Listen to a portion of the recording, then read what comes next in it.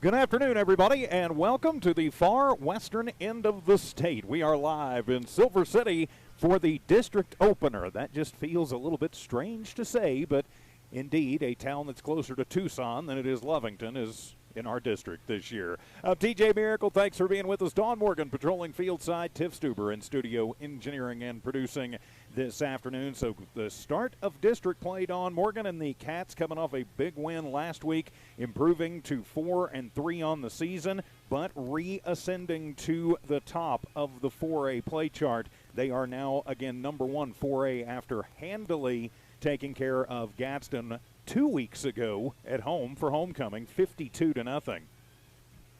Yeah, it was an awesome night. Fantastic turnout for Lovington, and they played a heck of a first half because that game didn't go much beyond halftime. No, it certainly did not. In that ball game, of course, Lovington's numbers looking very good. 464 total yards of offense. Ashton Aranda went 13 of 21 for 359 yards through the air, through 7 touchdowns and 1 interception. Those 7 touchdowns, they weren't all to one person. He spread them out pretty darn good. Adam Aguilera, he only had 3 catches, but it was for 140 yards and 3 touchdowns. Isaac Henson also caught a pair of scores. He had 119 yards on 5 catches. Tayton Hilliard, can't forget Tayton. He had 2 catches for 45 yards, including a 30-yard touchdown. Joseph Perez also catching a 16-yard touchdown. And on Dallas Cardenas, he chipped in with a rushing touchdown, too, for the first time this season 2 weeks ago against Gadsden. Lovington breaking the century mark on the ground with 105 yards, pretty much split evenly between Aranda and Cardenas. But I know that's important for Coach G and this Lovington offense, Dawn, is to get some kind of running game going. Even if you don't get a lot out of it, if you at least prove that you can run, it'll take a little bit of pressure off of your receivers, Aguilera, Henson, and Hilliard especially, but it can also open up, depending on the package, Gonzalez or Perez or DeMarcus Thompson or Alec Holguin or somebody like that. Oh, yeah. I think the number of options that Lovington has, I think, is certainly something that it helps them not only in execution, but it just helps them keep the other team guessing as to, okay, if you're throwing who, because you got, 5 or 6 guys at any given time who can catch the ball and score for you.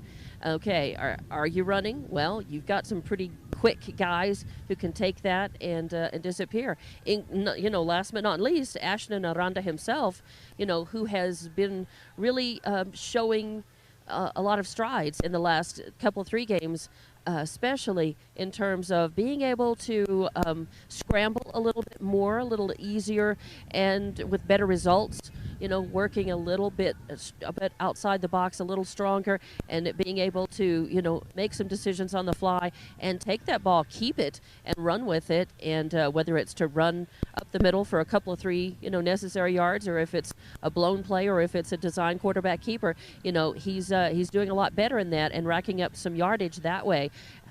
Yeah, he certainly is. Last week he rushed for 42 yards, and that doesn't sound like a lot, but a couple of those were for first downs. He didn't take any sacks in the ball game and only 1 negative rush on a design play, so very important there for the offense. The defense last week did just pretty much what they've done all season long, with a couple of exceptions, but giving up just 131 yards to Gadsden last week. Matter of fact, in the second half, it was negative yardage on the few plays that Gadsden got off. So the defense last week doing a fantastic job, too, giving up just 131 yards and That hurt the most. The penalties that that shoot yourself in the foot, that cost you possession of the ball, or that cost you, yardage, and you end up turning the ball over. I mean, and, of course, the personal penalties that he doesn't want to see at all. They're the most costly, but they also can really target the morale of your team. Well, they certainly can, and you don't want that district. But a nice little stadium here nestled by the high school and kind of nestled into the hills here. If you've never been to Silver City, the college stadium is about a mile down the road and kind of similarly situated. So this is the first time, I can't believe, in 16 seasons now calling ball games here in Lee County. This is the first time I've actually had to come to Silver City to call a ball game. I know, a lot of family connections for Dawn and myself, both here in Silver, but our first time calling a game here. So glad to be here. I'd like to thank Superintendent Will Hawkins, who's a familiar name to Lee County, formerly an assistant superintendent in Hobbs, and also the athletic department here at Silver City, for getting us hooked up here in the booth. We appreciate that, and it is definitely appreciated. So we'll take a quick timeout, come back, and continue with your Stone Oil Field Services pregame show. Stone Oil Field Services, great supporters of all Lee County athletics. The Stone Oil Field Services Wildcat pregame show continues in a moment on Z94 KZOR.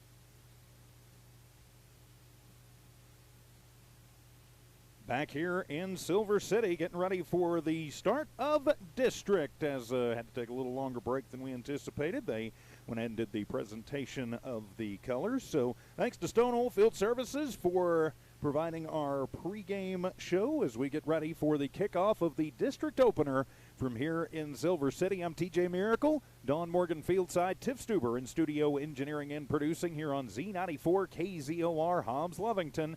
Also online on the Z94 KZOR app. And remember, you can watch live and free on the Lovington Sports YouTube channel. Please give us a subscription. Tell your friends and family to subscribe too. We would appreciate that.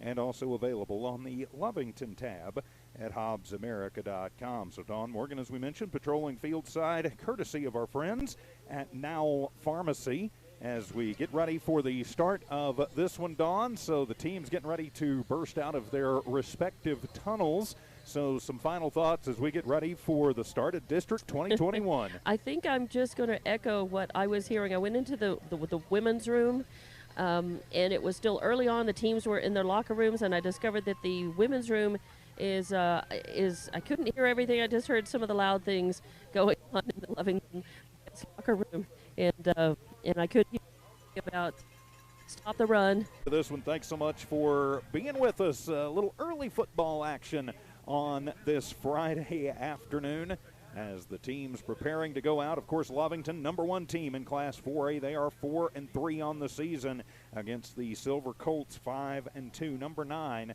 in Class 4A. As the teams will head out to the field, we are just about ready for the start of this one. Wherever you are listening and watching, we appreciate you being along from Z94 KZOR. as, yeah, we're going to have to work on the doors a little bit around here because people just seem to think they're to be left open. Yeah, I am in one of the corner booths. So, all right, as Lovington, actually Silver won the toss and deferred, so it will be Lovington's offense to take over first. Of course, putting up over 400 yards 1 week ago. Let's see what they can do this week. As back deep to receive for the Wildcats. Looks like Alec Holguin will be going back deep. Also, Adam Aguilera back deep for the reception. Oh, that's Henson. Okay, so all right, as we prepare for the kickoff, going to be one of the big boys kicking it off. So it looks like it'll be number 25 for the Fighting Colts. That's Damian Carvajal to kick it off. So ready to go, district opener of 2021. Ashton Hernandez of the Fighting Colts, who brought Adam down, but a good start for Lovington. This is what you want to see. Get the ball, field it cleanly. Opening kickoff, you know, lots of energy and lots of possibilities in this game, as now it's up to the offense, and they want to strike first. So. Absolutely they do, and a little bit different turf. It's actual turf here, as in grass. It is not turf like we're used to. Real grass, and in fact, it's not completely level. The field has kind of a dome in the center, and it gently slopes down on each side. I don't know that's for design for water runoff purposes or what. Generally, as we've got twins to the left, twins to the right. From the shotgun is Aranda. Throws the screen near side. It'll be complete. That's to Hilliard. Gets it at the 40. Gets out of a tackle to the 41, but not much more. And it'll be a question of if the ball was already down, the completion to Cardenas. The ball, I think, was down and blown dead. It looks like the officials are indicating that. We'll see for sure. And so it will be a completion to Cardenas.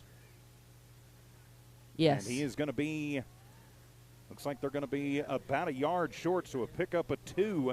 And so it'll be an important 4th down and 1. Close to midfield, I think we are. We don't even have to ask the question. Right. Coach G's going to go for it. Yeah, go for it. G for go for sure. With just this much, sure. The referees are. Yeah, a big hit, though, put on there by Adrian Hernandez. They are calling for the chains now, so they're going to come out and get an official measurement and see just how short it might be. Yeah, I think so. Adrian Hernandez with the big hit and brought him down and actually stripped Cardenas after the ball about the length of down. It's about the length of a football, maybe less. All right. That's how short we are. Lovington. Not much. Yeah, not much at all. What we saw last week against, or I keep saying last, was going to be wrapped up and spun down by Gabriel Galindo. Lock it in on the tackle, too. It'll be a pickup of 3 for Cardenas, and so an important 3rd down and 6 now for the Wildcats at the 44-yard line in Fighting Colt territory. 9.5 minutes to go here in the first quarter. No score. Lovington on their opening possession. So it'll be 3rd and 6 for the Cats. Twins left, twins right. Checking out the signal, Aranda. Good snap. And gets it. Boot. Throws it down the field. Wants it. Has a man and overthrows his intended target. Was trying to get Cesar Gonzalez down the sideline. Pretty good coverage down the field there put on by Ian Rueda, but it'll be incomplete, and so bring it back, and now it'll be 4th down and 6. So it'll be 4th down and 6 for the Wildcats. And, yep, you've got to know that they will be going for it here. So 4th and 6 for the Cats. And they will go for it. Aranda from the shotgun barks it out. 9:15 remaining in the first quarter.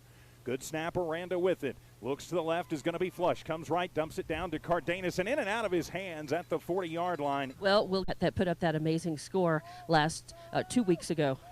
Yeah, that's exactly what they're trying to do. So 1st and 10 from the 28-yard line. Lovington football, their 2nd possession. Trips to the right, 1 to the left. Single back in the backfield is Cardenas. From the shotgun, it's a good snap. Then throwing the screen near side. It'll be complete to Aguilera. He's across the 25, down the sideline to the 15, and pushed out of bounds at about the, call it the 12-yard line. It'll be a pickup of 14 yards and move the chains. 1st down, Cats. Yeah, pretty impressive run there as he broke a tackle, spun around, made a nice little move, and got some more yardage out of it. So nice run. And Tiff, if you could do me a favor, please text Coach Jones, Jimmy Jones, and let him know that we are already on the air with an early game. I can't take his phone calls right now. No, he's getting ready for Eunice this red zone.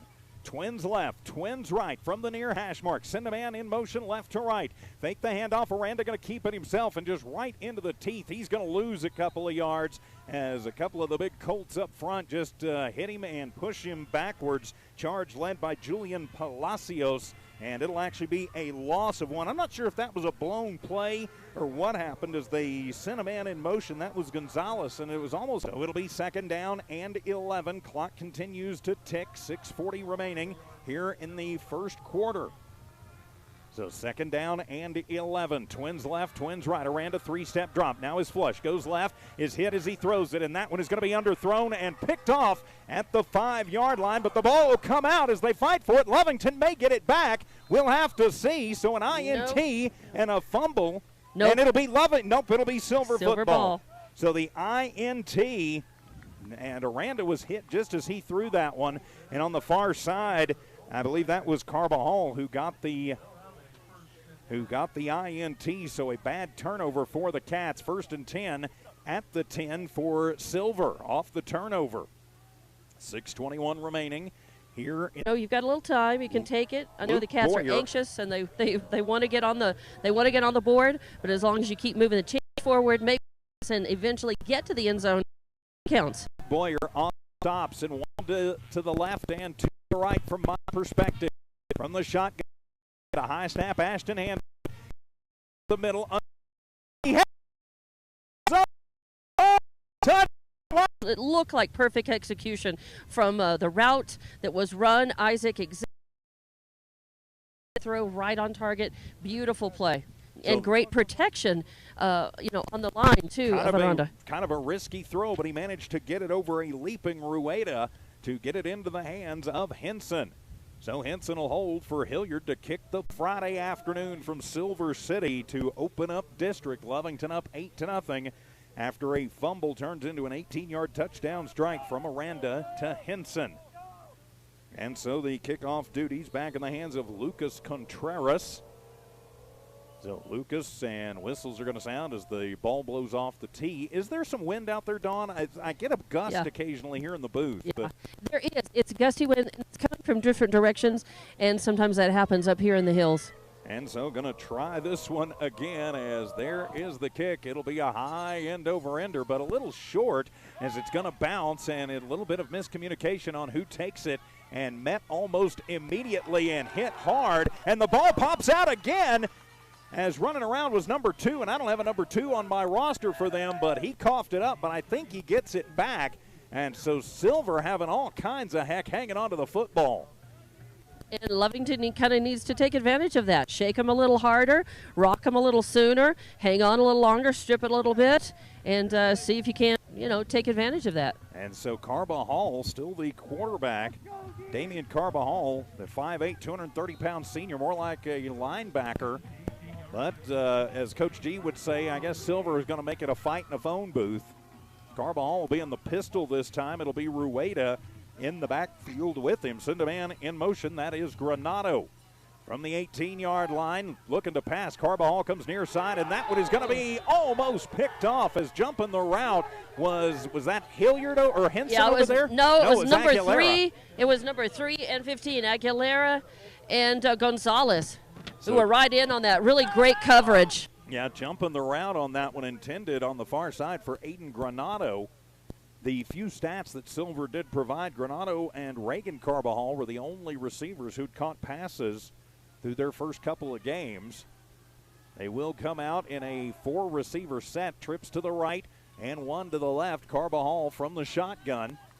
He'll bark it out. Lovington brings the blitz. 5-step drop. Carbajal going to tuck it and just have to take it himself, and he's going to be brought down behind the line. He's going to lose about 3 yards. Great pursuit by the Wildcat defense and the defensive line. That was Brennan Garcia who grabbed him down low and held on. And he's actually, pretty generous spot as he gets back to the line of scrimmage. And so it'll be 3rd down and 10 for Silver. 3:53 remaining here in this first quarter. Lovington up 8-0.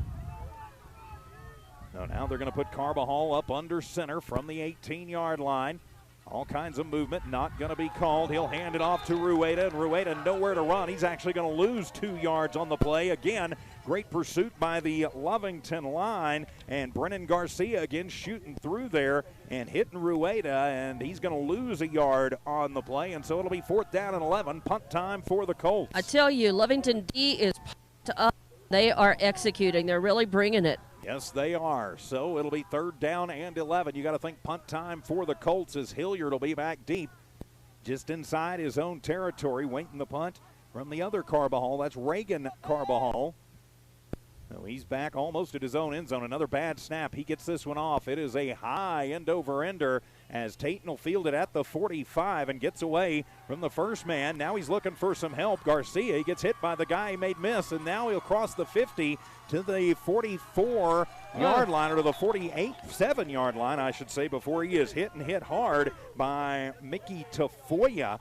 So Tafoya puts the big hit on him, but still a pretty good return. And so it'll be 1st and 10 for the Wildcats, 2:50 to go here in the first quarter. They lead 8-0, and officially they're going to put it at the, let's see where they spot it. Looks like it'll be about the 46-yard line, I'm thinking.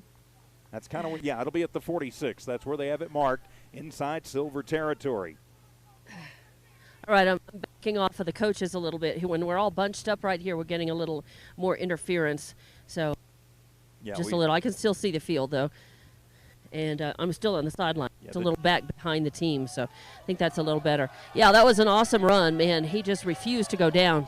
Trips to the right side, 1 to the left. 1st and 10 for the Cats from the Colt 46-yard line. High snap and hand it off up the middle. Plenty of room to run. Coming around is Cardenas. He's got the sideline. He's to the 20, to the 15, to the 10 as he shakes the tackle. And no, they're going to say he stepped out at the 15-yard line. It'll still be good for 31 yards, but I thought Aranda had it all the way home, but still 1st and 10 for the Wildcats. Oh, yeah, he definitely had a heck of a run, and he just got snagged up a little bit. It's just enough, I think, to put 1 foot out of the line right at the 15. A push-out save by Owen Hooper kept that from being a touchdown, but it'll be 1st and 10 inside the red zone from the 15-yard line. Cats from the near hash mark. Send 1 to the right, 2 to the left. They keep it tight into the ball game. Ashton hands it off as Cardenas trying the left side on the sweep. He's to the 10, to the 5, and corner of the end zone. 6 on the board. Touchdown, Wildcats. 15 yards on Dallas. Cardenas takes it to the house, and the Cats are rolling 14-0. Silver's defense was totally sucked in by that play. They were not expecting a run from the left side, and Danis didn't hesitate. He turned it on. Wow. Yes, they did. So 2:34 remaining here in the first quarter. Lovington has taken advantage of turnovers and a couple of bad punts to go up by 2 scores. Still 2.5 to go in a slow-moving first quarter. And a late sub coming in on the line for Lovington as they prepare the point after Tayton Hilliard to kick it out of the hold of Isaac Henson. So trying to make it 15-0. The snap is good. The kick is up, and it is blocked as getting a hand on it as number 2. And Aaron Granado is wearing number 2. So, all right, Granado blocks it, but still 14-0 Lovington. 2:34 to go in the first. We're back in a minute. It's Silver on Z94 KZOR.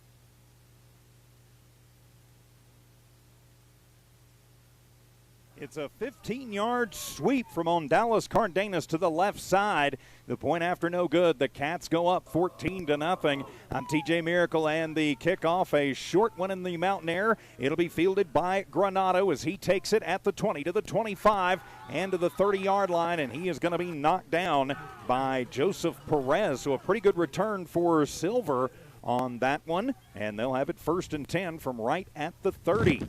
I'm TJ Miracle. Dawn Morgan is field side with us this afternoon. Tiff Stuber in studio engineering and producing.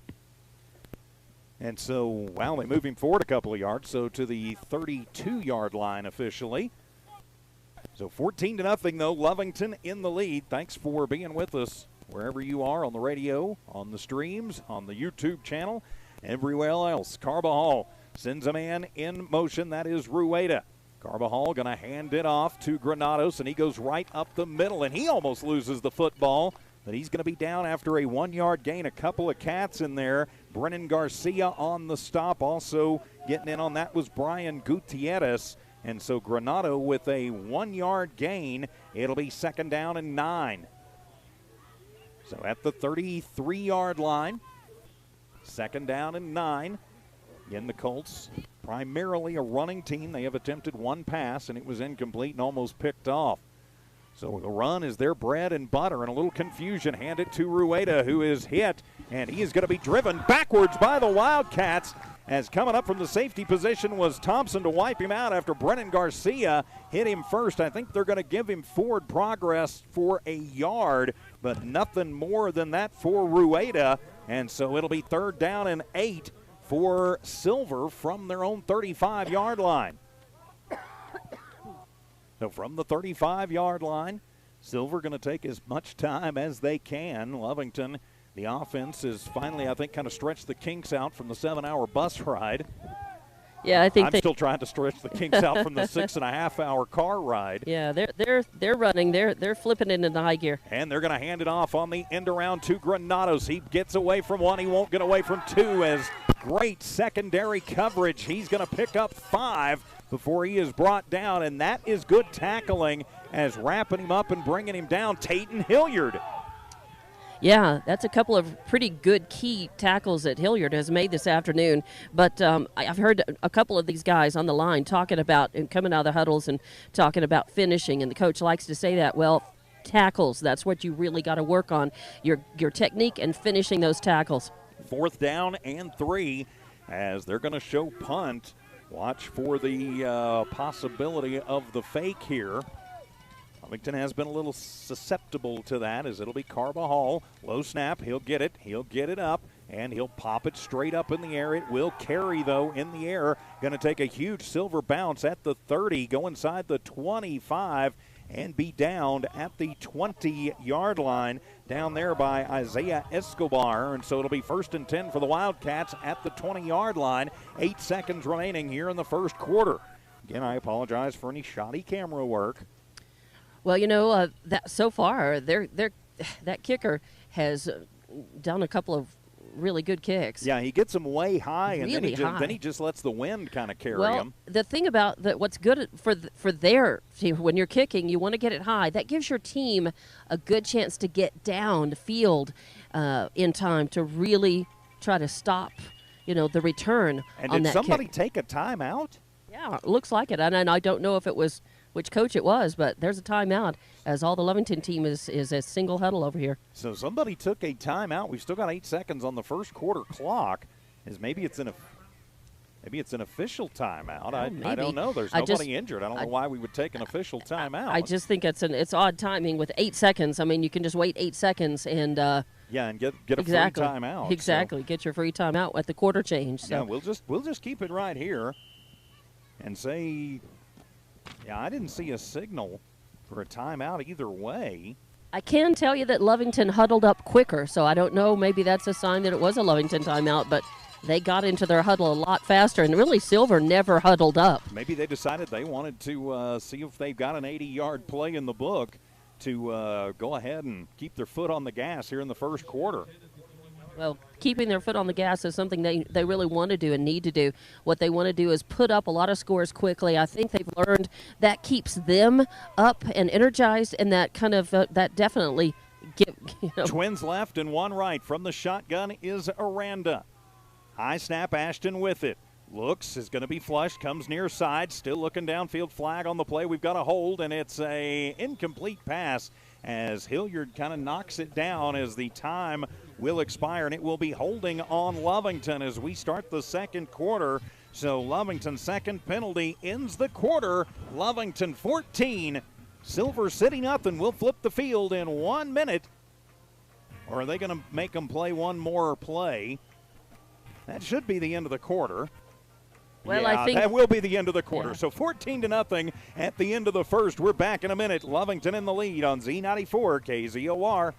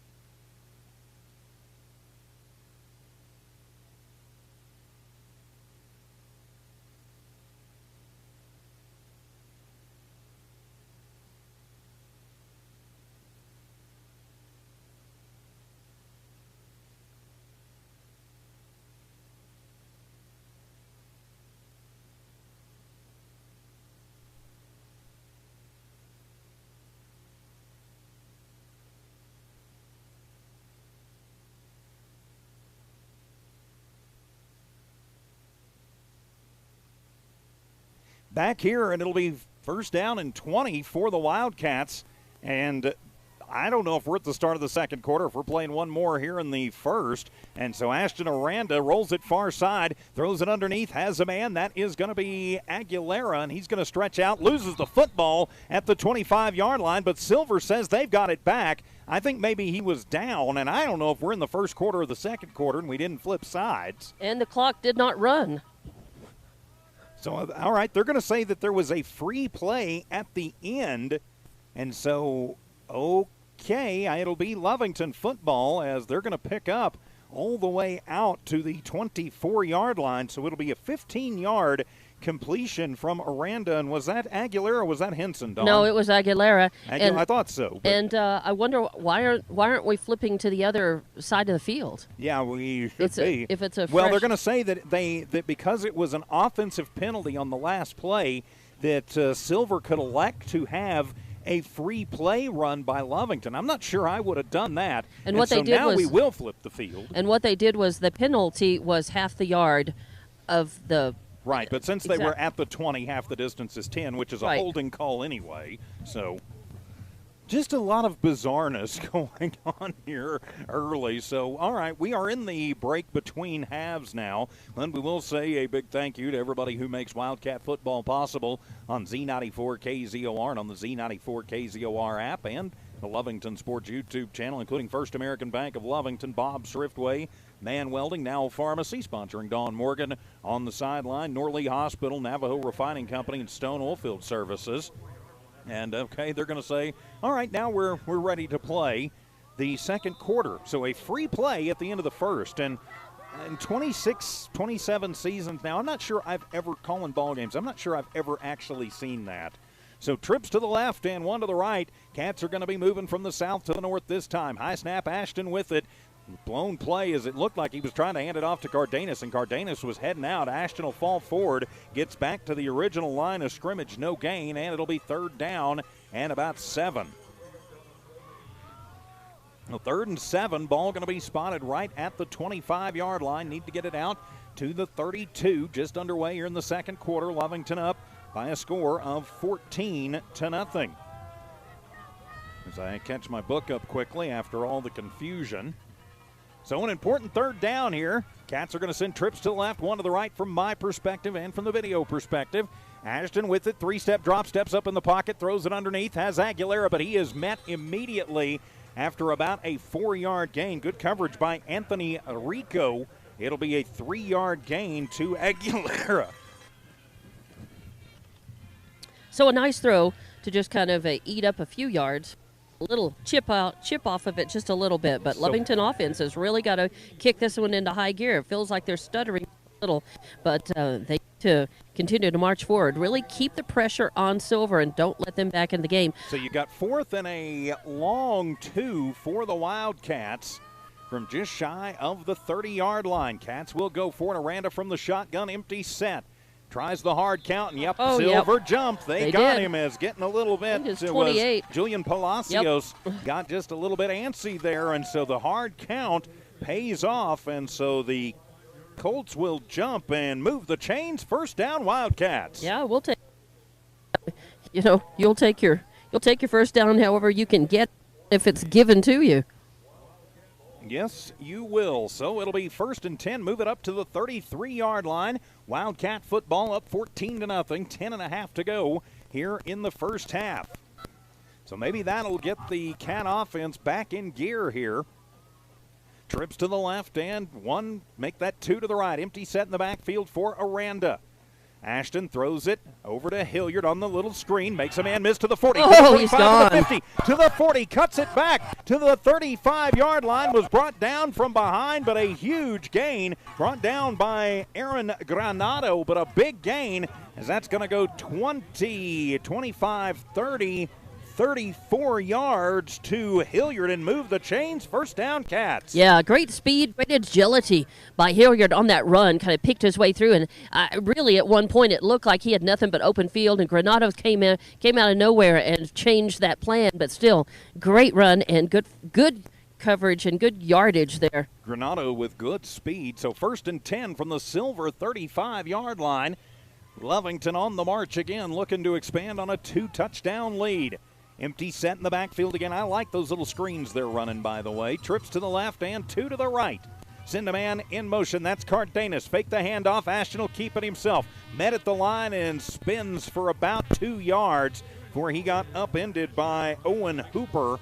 So a 2-yard gain on the keeper for Aranda. 2nd down and 8. Yeah, that didn't fool anybody.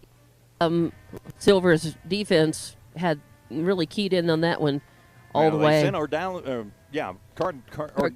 On Dallas Cardenas. That's right. Cardenas went. It's the car ride up. He was in motion, and it looked like they might flip it to him, but instead they faked it, and Ashton kept it himself.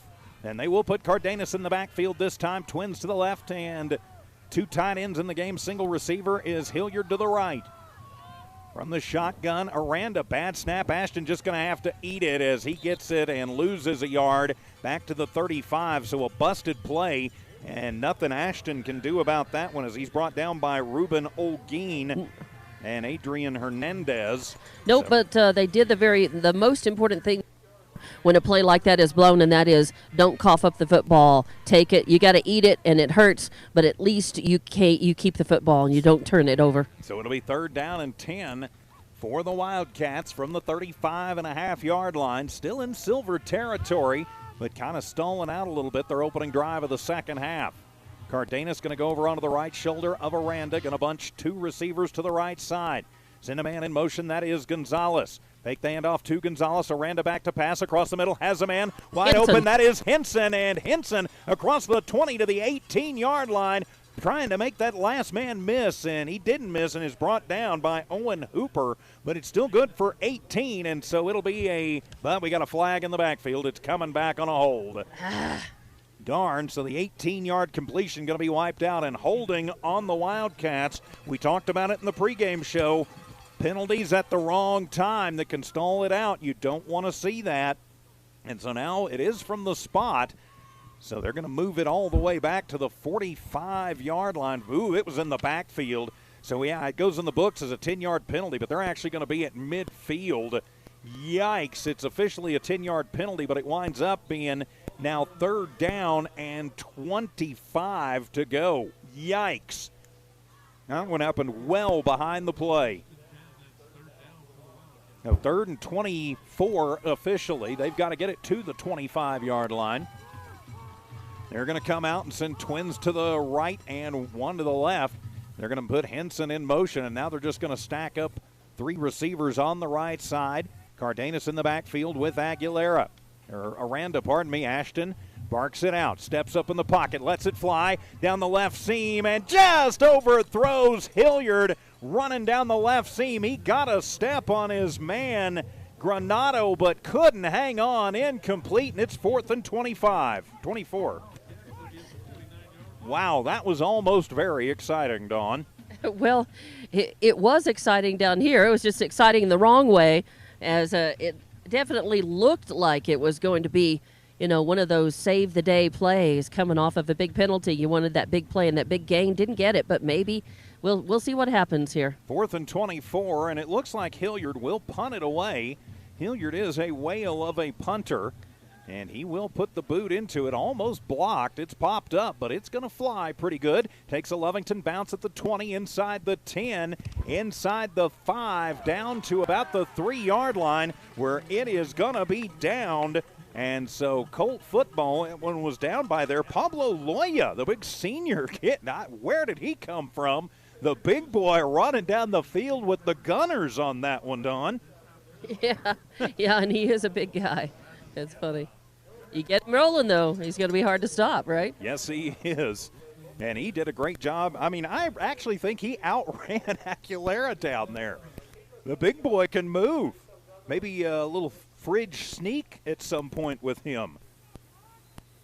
So inside the 5-yard line, look for Lovington to bring the house. Under center is Granados as he's going to pitch it right side. Nothing doing as the pitch out goes to Landon Sandoval. He might have gotten back to the line, but no more. Great job by the Lovington defense to stay at home. I think that was Joshua Carrasco. It was either 25 or 26 from here. It was hard to see the difference. I believe that was 26, so that would be DeMarcus Thompson, yeah. Because Thompson is playing on that side of things. So it'll be 2nd down and 10, no gain, 6.5 minutes remaining here in this second quarter. Lovington up 14-0. They've got Silver pinned deep. Send a man in motion, that is Sandoval. Granados hands it off on a little misdirection up the middle to Granado. Lovington not falling for it, specifically not falling for it for the Wildcats was Caleb Neese, and it is no gain once again. And so it'll be 3rd down and 10 to go for Silver. So a nice job so far by the Lovington defense. Silver, you got to think, is going to be content just to try and get out of the shadow of their own goalpost here. Because Lovington, as we know on special teams, can bring the house. Lovington going to show blitz. Granados from the shotgun. Looks at it, is hit, it is tipped, and it will fall harmlessly incomplete. Almost a safety. Caleb Neese is up as he put the face mask right between the 2-5 on Granados, or Carbajal, his back. And so incomplete. And so it'll be 4th down and 10. And you got to think punt time. Yeah, it'll be the other Carbajal, Reagan Carbajal, coming in to punt it away. So he is going to be under basically his own goalpost. Look for the Cats to bring the house to try and get the safety. Good snap, Carbajal with it. Lovington comes in, and that one is popped up, and it'll bounce at the 25 as Carbajal going to come and run off Hilliard, and it'll be downed by Sebastian Escobar at the 34, make it the 33-yard line. 1st and 10 for the Wildcats. And, Dawn, they've had great field position this whole first half. They need to take advantage of it. Yeah, they do, and they will have that. So let's see if they can just flip this into high gear and not get stalled out this time. And don't cough up the football. That's the main thing. Take care of the ball. Hang on to it. Move the chains forward. The clock is their friend now. They're up by 2 scores. They're up. Lovington winning 14-0 with 5:45 left in this second quarter. The clock is their friend. They want to use that. They actually call a penalty on Lovington. It will be their football as they call a personal foul on Lovington. I did not see the personal foul. Nope, I didn't either. And so it was after the play. And so, again, that's one of those penalties that Coach G talks about. And so that personal foul for the Cats. Now they've been whistled 4 times for 40 yards. And so that's going to move them back to just inside Silver territory at the 48-yard line. Ouch. So it'll be 1st and 25 from the 48. Didn't we see this script a minute ago? Yeah. Well, and Lovington has to do a little better. And Coach to G respond to this. Coach G halfway out to the hash mark. He wants an explanation of this. Yeah, it's going to be an interesting coach's conversation from our friends at Bob's Thriftway going in to our Lovington Auto Supply Napa Know-How halftime show in 5:45. And Coach G is arguing, no, it shouldn't be 1st and 25. It should be 1st and 10 from the 48. And the head referee agrees as they will move the chain. So, okay, 1st and 10 from the 48 after the penalty was assessed. Twins to the right, one to the left. Two tight ends in the ball game. And in the backfield is Cardenas. Aranda, good snap. Ashton, 5-step drop. Steps up in the pocket, throws it far down the seam, has a man. That is Hilliard, and in and out of Taten's hands. That would have been a 48-yard touchdown dash, but it'll fall incomplete. It'll be 2nd down and 10. And the thing Lovington needs to do is just not get too down about incompletes. You've got another down to work with. You got some time on the clock.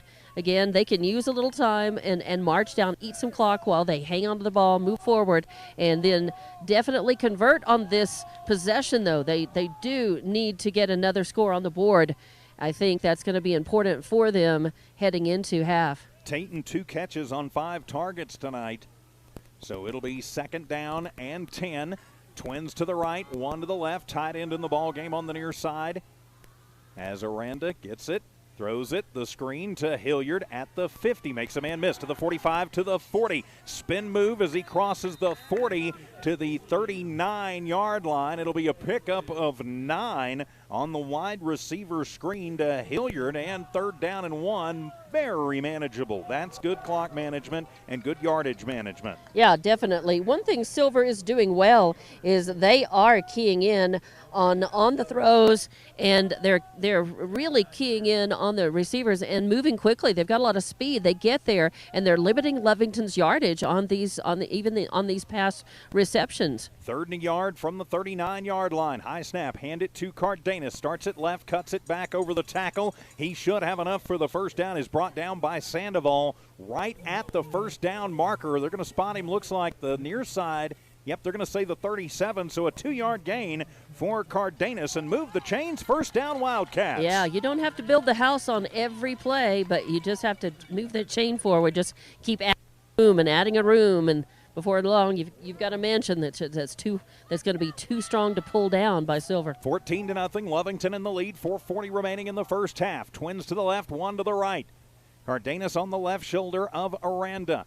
Good snap, hand it to Cardenas on the counter tray right side. He gets away from 1 to the 30, to the 25, and inside the 25 to the 23-yard line. It'll be a pickup of 14 and move the chains. 1st down Wildcats. Ooh, that was such a nice run because it looked like he was going to get stopped after just, about less than 10 yards. And he went on and got some great yardage for Lovington. Moving forward toward the end zone. That's what we got to do. To the 24-yard line, Wildcat football. 4 minutes and 10 seconds to go, 1st half. They lead 14-0. Cardenas on the right shoulder this time. Twins to the left side, one to the right. Good snap, Aranda, the screen near side to Henson. Henson makes the 1st man miss and is down at the 20. Couldn't make the 2nd man miss. As give credit to the tackle to Aiden Granado. It'll be a pickup of 3 officially. 102 now through the air for Aranda. Henson, his 2nd catch of the night. And it'll be 2nd down and 7. Yeah, Silver is not stopping Lovington, but they are containing them and really keeping the yardage at a minimum, even on these successful carries and receptions. Twins to the right, one to the left. From the shotgun, hand it off. Cardenas on the sweep right side. Gets it, looks it, finally turns it up. He's going to have the 1st down and a little bit more as he crosses the 15 to the 14-yard line. Pickup of 7 should be for Cardenas. It'll depend on the spot, but I think on Dallas got 7. And, yep, he'll have enough for the Wildcat 1st down. Move the chains, 1st down Cats. Yeah, I was optimistic. I immediately changed the score bug to 1st and 10. So, yeah, I think he got it just on the nose and a few inches extra to spare. Inside the red zone and inside at the 14-yard line, 1st and 10 for the Wildcats. Just a quick note, it will be Silver football 1st in the 2nd half. So Lovington still with all 3 timeouts. They could punch it in, and if the defense can do their job, they could get 2 scores here. They have yet to score in this 2nd quarter. trips to the left, 1, 2, twins to the right this time. As Aranda going to keep it himself. He's across the 10 down to about the 8-yard line. So a pickup of 5 on the quarterback keeper for Aranda, 2nd down and 5. So Ashton and the coaching staff just saying, all right, let's spread them out. Let's and then let the big boys up front push around the smaller Silver front line. And they're going to give him 6, so officially 6 on the play. So from the 7-yard line, it'll be 2nd down and 4. Cats break the huddle with 2:36 to go in the first half. Twins left, Twins right. Cardenas in the backfield with Aranda. Ashton barks out the signal, sends a man in motion. That's Aguilera. Fakes the handoff. Now Ashton rolls right side, looks, throws across his body, back corner of the end zone, and in and out of the hands of Tayton Hilliard in the back corner of the end zone. Tayton, get a little stick-em on the gloves, my friend, at halftime. Incomplete, and it'll be 3rd down and about 4. So Tayton has gotten wide open, but has just had a little trouble hanging on to the football in the first half. Maybe it's the altitude. We'll blame it on that. The ball doesn't feel quite right. It's not heavy enough. Well, they're going to say 3rd and 3. Officially, they're going to say third down, 3 to go on this one now. So from the 7, they need to get it to the 4. As Cardenas going to be on the left shoulder, Twins left, Twins right. Aguilera in motion right to left. Aranda rolls to the left, throws it into the end zone, and 6 on the board. Touchdown Wildcats. Isaac Henson from 7 yards out cashes in for the 2nd time today, and the Cats go up 20-0. Nice job there, Henson. Just a little crossing route over the middle, and Aranda hit him perfect on the left-sided bootleg. Yeah, just keeping it simple, and really playing within themselves with a little energy and confidence, and not too much, not overthinking it, just keeping it simple and good execution. Point after to come off the leg of Hilliard. Bad snap as getting it up and in somehow. Tayton puts it through and put another one on the board with 2:16 remaining in the first half. It's Lovington 21 and Silver nothing. We're back in 1 minute on Z94 KZOR Hobbs Lovington.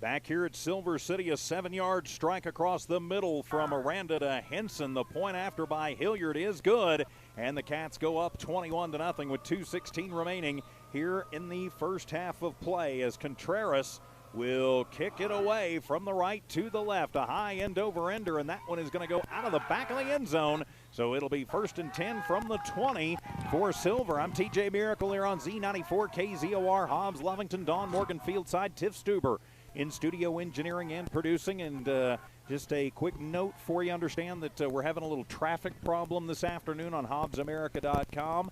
So if you're watching the stream on HobbsAmerica.com, you might go pull it up on the Lovington Sports YouTube channel. Generally, we have a little more bandwidth available there, but I understand they're having some server issues in the server farm where Hobbs America lives. So you might go to the YouTube channel for the video. Just a quick note from the technical folks So it'll be 1st and 10 from the 20. Carbajal hands it off on the end around to Granados, and he doesn't have any room to go at all. He's going to get a yard before Lovington going to team up and gang tackle him, as I think everybody on the team, including Dawn Morgan, was in on that tackle near side. Well, before the tackle, the important push came from Joseph Perez, and that really is, I think that was Joseph who gave him the big push. And timeout will be taken by Lovington. We'll just keep it right here. So the initial hit was actually put on by Anson Marquez, but then I think everybody else who's wearing blue in the stadium got a shot at him.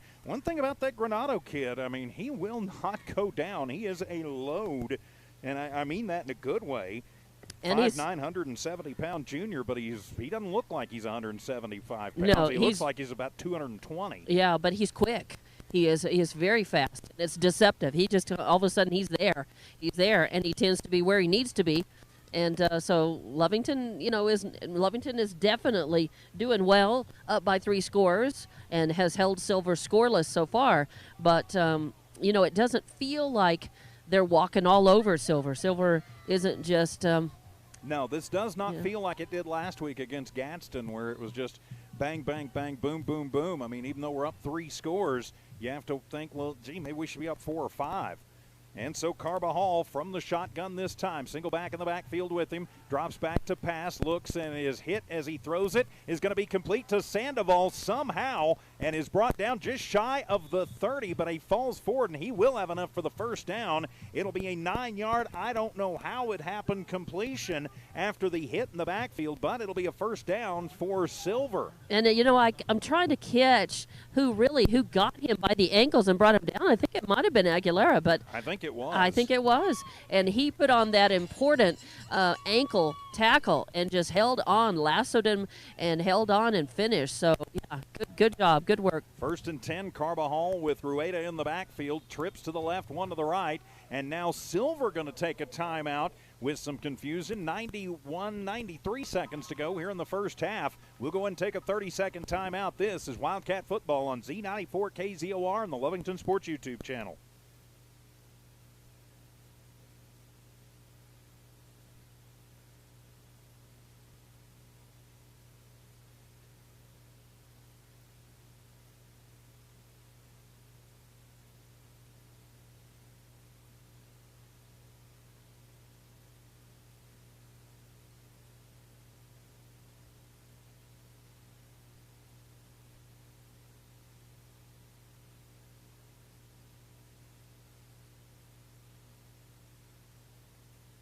Back here at Silver City gifting basically Lovington a timeout.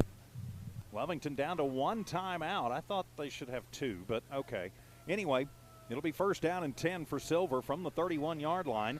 I'm TJ Miracle, Dawn Morgan field side on a real grass field. And Dawn, I did a little checking during one of the breaks, and the dome in the middle of the field is for drainage purposes. Yep, that's what I suspected. That's why I said I really think it was deliberate. Twins left, Twins right, and it'll be a Granados from the Wildcat. He's got a seam. He's up the 45 to the 50 and stripped away from behind by Aguilera, but it'll go out of bounds, and so it'll stay Colt football, and it'll be a huge gain. It'll be 29 yards for Granado. Tayton Hilliard was the only Lovington Wildcat in front of him as he ran, and so really credit that. Caught him from behind, so Tayton in front, Aguilera behind, limiting that. Otherwise, he was going to spurt and be gone.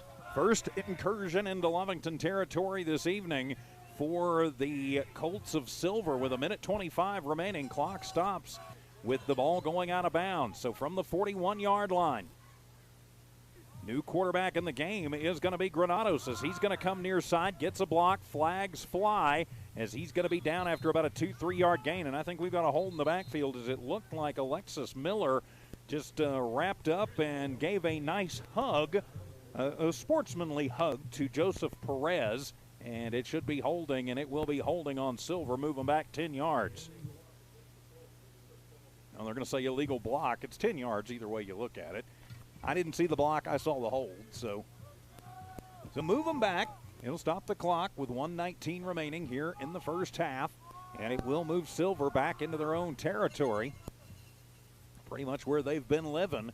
Lovington still with one timeout. But they need to get Silver stopped and stopped quickly. The turnover would be nice. Silver seems to have figured out a little bit better in this second quarter how to hold on to the football. They seem to be dropping it just about every time out in the first quarter. And they're going to keep Granados in at quarterback. Oh, boy, this is going to make my book all kinds of goofy. So Granados in at quarterback. Trips to the left, one to the right. Granados barks out the signal. Low snap.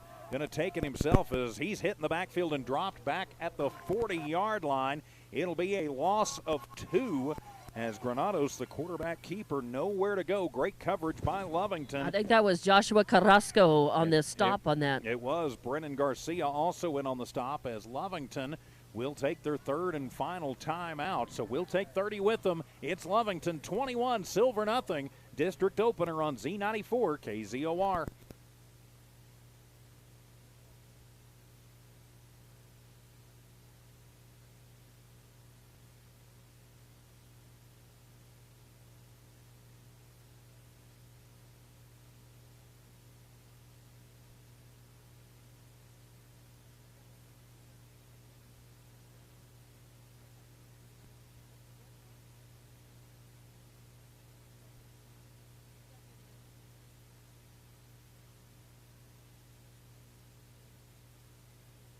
Out of Lovington's, no, actually Silver takes a timeout, facing a second down and 26. Welcome back to Colts Stadium here in Silver City. Second down and 26 from the 40-yard line for Silver, 1:07 to go.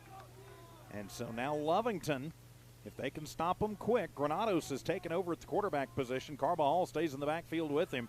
Granados looks to pass. Now he's going to get flushed, comes near side. He's just going to have to tuck it and take it himself, and he is going to be run out of bounds near side. Great pursuit put on by the Wildcats as Anthony Gomez chases him out. But importantly, that saves Lovington a timeout. Yeah, he got 6, make it 7 yards on the quarterback keeper, but it stops the clock, and it'll be third down and still a long way to go, Dawn.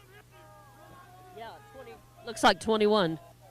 Yeah, so we'll call it third. To go. Yep, third and 21 officially. 1 minute exactly remaining. Clock stops on the out of bounds. Granados is the quarterback. Twins left, Twins right. So an important third down. Lovington brings the blitz. Granados steps up, has room to run. Little pump fake, and he'll get to the 40 and the 39-yard line and be knocked down. He's going to pick up 11, but he is well short of the first down, and so it'll be fourth down and 9. And so timeout will be taken by Lovington. Their final timeout. We'll keep it right here. So now it'll be a question, what will head coach Jerome Ortiz do? He's going to have the ball to start the second half. Is he going to go ahead and see what he's got and maybe take a shot at the end zone here, Dawn? Yeah, I think he does. I think they have nothing to lose. I think they pull out all the stops, try a big play, go for the end zone, and then knowing that they'll have the football on first possession to start the second half. Yeah, so very important for Lovington, though, not to get caught napping and let this Colts team, who, and I love Coach G saying fights in a phone booth. Don't let them fight in the phone booth. We have a little trouble, especially on the inside, stopping the run. So whatever you do, don't give them 9 yards and give yourself about, no matter what happens, you're probably looking 25 seconds left. And this Lovington offense can do something in that time. So don't let them get the first down. Yeah, and, if I were Silver, I might look at something where you pitch it out and then get it back to Granados because he can run. Something like a Statue of Liberty. I like the thinking. And if we see it, I'm buying you dinner. That would be prescient. Trips to the right, one to the left. And now it'll be Carbajal back in as the quarterback, and it'll be an incomplete pass. They gifted Lovington about 15 seconds on that, trying to get near side to Ian Rueda. Incomplete, and over on downs, Lovington football, 1st and 10 with some time on the clock, Dawn. They thought I think maybe they were going to toss it back on that one. So I'll buy you dinner because you called the Statue of Liberty, and we nearly got it. All right, well, thanks. Those 2 Allsup's burritos are going to taste good. Yeah. Do they have an Allsup's in silver? I don't know. There's an Allsup's on the moon. Are you kidding me?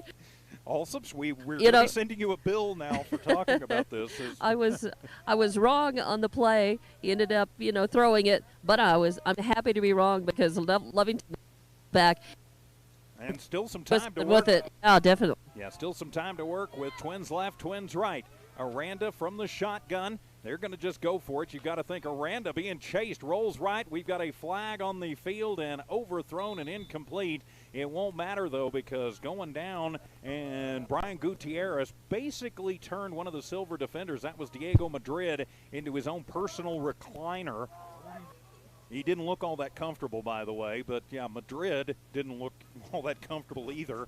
And so move them back 10, and so it'll go from 1st and 10 to 1st and 20 because that was right at the line of scrimmage. So that'll move them back to about the 30-yard line. Still 33 seconds to go. Really, the down is not as important as the yardage here, Dawn. No, but isn't it? Is it second? No, it'll still be still first down. Stay first down, okay. Yeah, no loss of down, at least on this. So intentional grounding, yes. Holding, no. All right. So 1st and 20 from back at the 30-yard line. In the backfield is Cardenas. He's going to move around to the left shoulder of Aranda. Ashton, good snap. 5-step drop, pressure comes, throws it over the middle, has a man. That is Aguilera across the 50 to the 45-yard line. Yes. 25 yards to Adam and move the chains. First down, Wildcats. Hurry up, offense is going to have to move. Yep, and Lovington they are. will snap it as soon as they set the ball.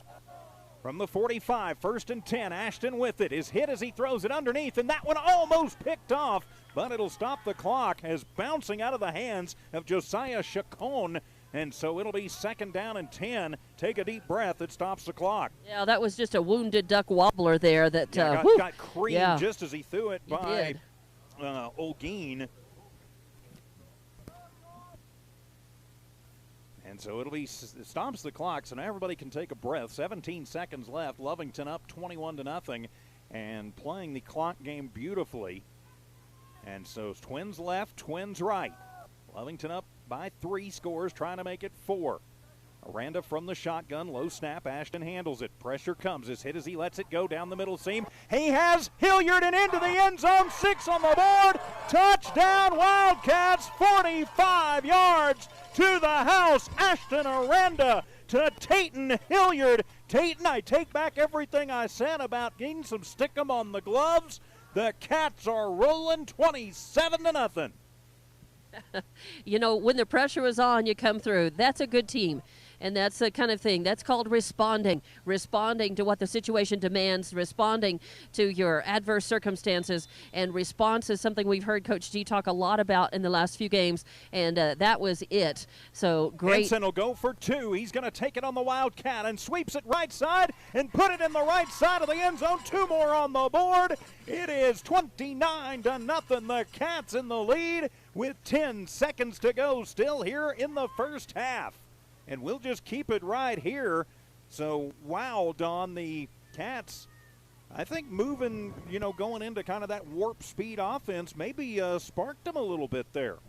Yeah, I think, when you have to move, that just brings the energy level up. And it just definitely, I think it helped them, inspire them into that final touchdown. That is awesome. That's what they needed, that momentum going into the half. Yeah, running the 2-minute drill to perfection. So that really means, though, what that does is that means 3 scores in the second half would mean this one ends if Silver does not score. So 3 scores, 21, 21, and 29. And correct me if I'm wrong, I did go to Big Spring High School, and so my math is a little iffy and suspect at times. I believe that would be 50, would it not, Dawn? Hold on, I'm busy working on catching up the score bug. Sorry about that. On the video. There we go. And I got my calculator out, and yes, it is 50. So. And again, Mr. Gladden is probably ready to jump through the radio and come strangle me. He was a very good math teacher, so was Coach Wynn. Coach Wynn will probably be, I think he passed away a number of years ago, so I may be in trouble in the afterlife with him. So anyway, a huge 45-yard strike from Tayton, or from Aranda to Hilliard, and then Henson puts the 2-point conversion down. And so on the kickoff, Corrales, He'll squib it. Lovington going for blood, and that one is loose, and the Cats fighting for it, and I think they've got it. They do. Lovington football. 1st and 10, Cats. They got the onside. Who comes up with it? Number 35, Corbin Enriquez. Wow, that was a huge play because Lovington has not made the little squib onside kick work for them in a while. They have tried it, and this time it worked right when they need it. Looks like Lovington is just they're going for another quick score. That's right. They don't want to get home at 4 in the morning. They're going to go for the kill shot right here. Already up 29-0. They want to negate Silver's advantage of getting the ball first in the second half. And it is inside. The way that one bounced and went into no man's land, it's at the 34-yard line. Make it between the 34 and the 35. So with 35 officially, 1st and 10 Wildcats. 1 receiver left, 2 to the right, tight end in the ball game. Aranda from the shotgun. Blitz comes. Ashton steps up in the pocket, lets it fly down the far sideline. Has a man and laying out, and 6 on the board. Touchdown Wildcats. 35 yards. Hello again, Tayton Hilliard. Oh, just like that. It's sort of like you make a wish if you're Lovington today, and it comes true. These guys, it's great to be good. It's even better to be lucky and to have everything fall your way, and they're making that happen for themselves today. 2nd touchdown on as many passes for Tayton Hilliard. And the Cats are rolling 35-0. District opener. Lovington trying to say, yeah, we're the number 1 team. We know it. So let's go ahead and kick the extra point out of the hold of Henson. Hilliard going for all 7 on this one. Good snap. Tayton will get it in, good. And it's a knuckleball through and good. And the Lovington Wildcats take the lead 36-0. 2 seconds to go here in the quarter. We'll keep it right here again. Whew, I'm out of breath, Dawn Morgan. Yes, but here's the deal. There's 2 seconds. You're going to kick it off. You cannot afford to just negate what you just gained and worked hard for and got, and let them run this back to the end zone. So you want to. I think you squib it. I think you just do a little squib kick again and see if you can land on it again.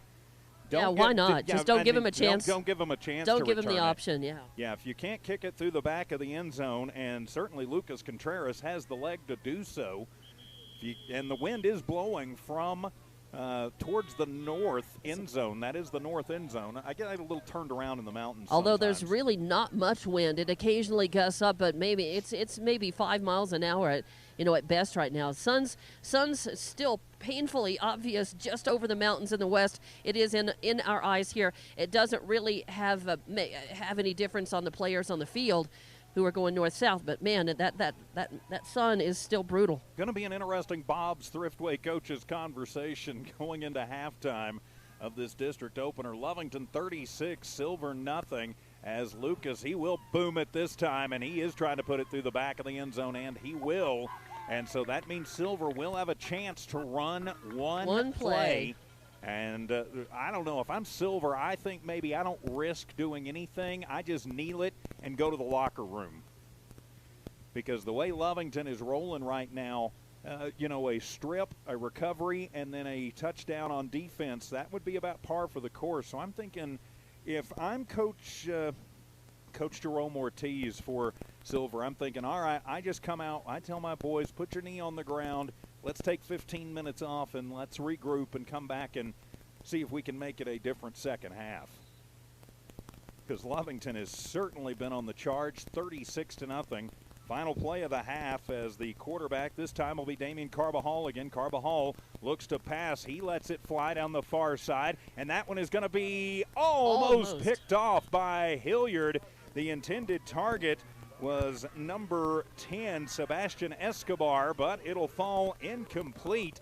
So at the half, it's Lovington 36, Silver nothing in the district opener, as Dawn Morgan preparing for our Bob's Thriftway Coaches Conversation. Thanks to Bob's Thriftway for bringing you the Coaches Conversation. Of course, thanks to Coach G for always being so nice to talk to Dawn as we get ready for the Lovington Auto Supply Napa Know-How halftime show. Coach G has got to be ecstatic. Yeah, Dawn? you're doing great. So let me guess, you guys want to get on the bus as quick as you can and get back home.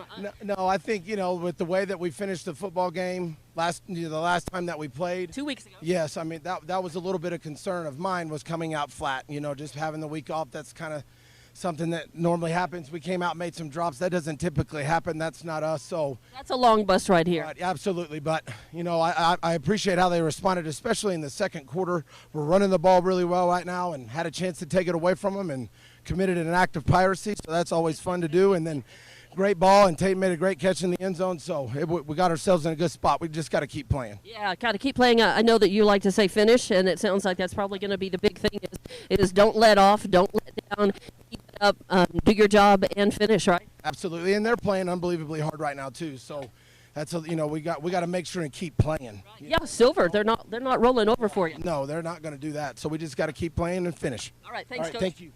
All right, Dawn Morgan, and a big thanks as always to Coach G for providing us a little bit of audio going into the halftime from our friends at Bob's Thriftway. Bob's Thriftway, the Jamesons, always great supporters of the community and great supporters of Wildcat sports. So after Coach G's comments, Lovington leading 36-0. Almost time for your Lovington Auto Supply Napa Know-How halftime show. We'll bring that to you in 3 minutes on Z94 KZOR Hobbs.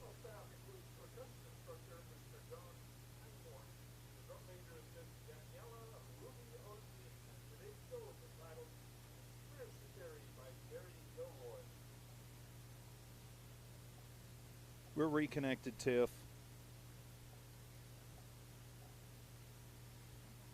All right. What were we off for, about a minute and a half? So we weren't actually off. All right, I'm going to go close the door again.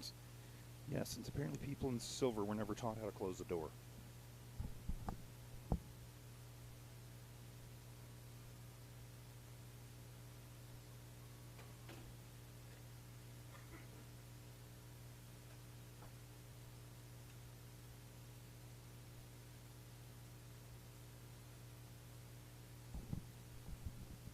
I would ask my Aunt Elizabeth about it, but she died like 7-8 years ago. So she lived here. Yeah, she lived here literally lived in Silver City for 90 years.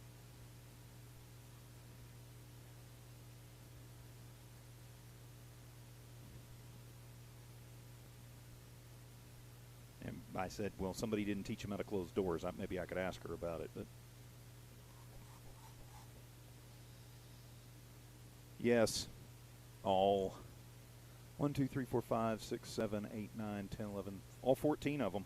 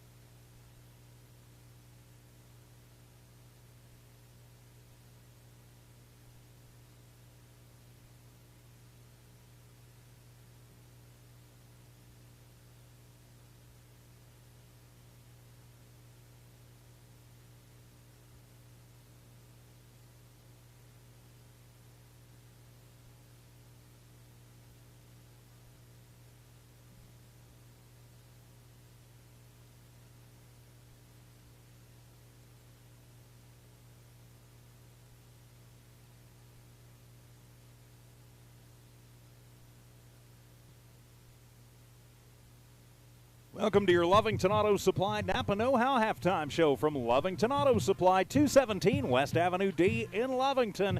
You know, at some point you're going to need the Napa know-how for your car. We'll get it from the good folks at Lovington Auto Supply. I'm TJ Miracle, Don Morgan, Fieldside, Tiff Stuber in studio engineering and producing. Halftime here at Colts Stadium in Silver City, the district opener. Lovington with their foot on the gas, leading this one 36-0.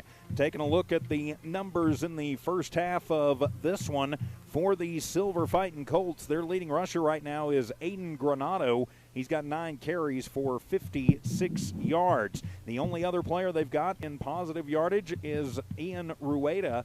He's got 3 carries for 10 yards. Their quarterback, Damian Carbajal, 4 carries for -1 yards, and he has a fumble. And Ricky Vasquez, 1 carry, no yards, and Landon Sandoval, 1 carry for no yards. Through the air, Carbajal is 1 for 4 for 9 yards. That was to Sandoval, who has the 1 completion. 65 total rushing yards, 9 through the air, 75 rushing yards for Silver City in the first half. They were whistled for 3 penalties for a total of 16 yards. No points in the first, no points in the second, and more importantly, Lovington held them to just 1 single first down.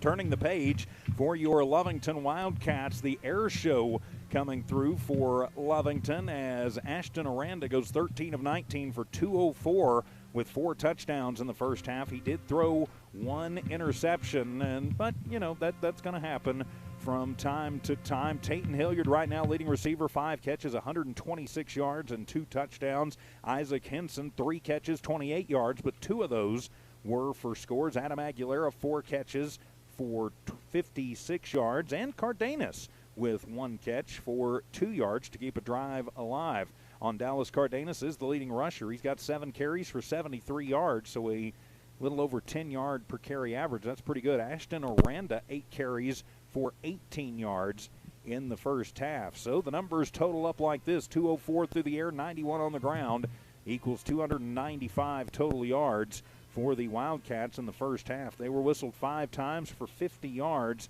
in the penalty department. They got 14 in the first. And let's see, math has never been my strong suit, as we well know, but 22 in the second to get to their 36 on the board. Lovington also did have 8 first downs, a couple of 2-point conversions made by the Wildcats. Point afters, for the most part, have been good, and fumble recoveries and an onside kick recovery. So really, Lovington getting off the bus a little stiff and sore, Don, but coming out and finding their rhythm, especially the last half of that second quarter.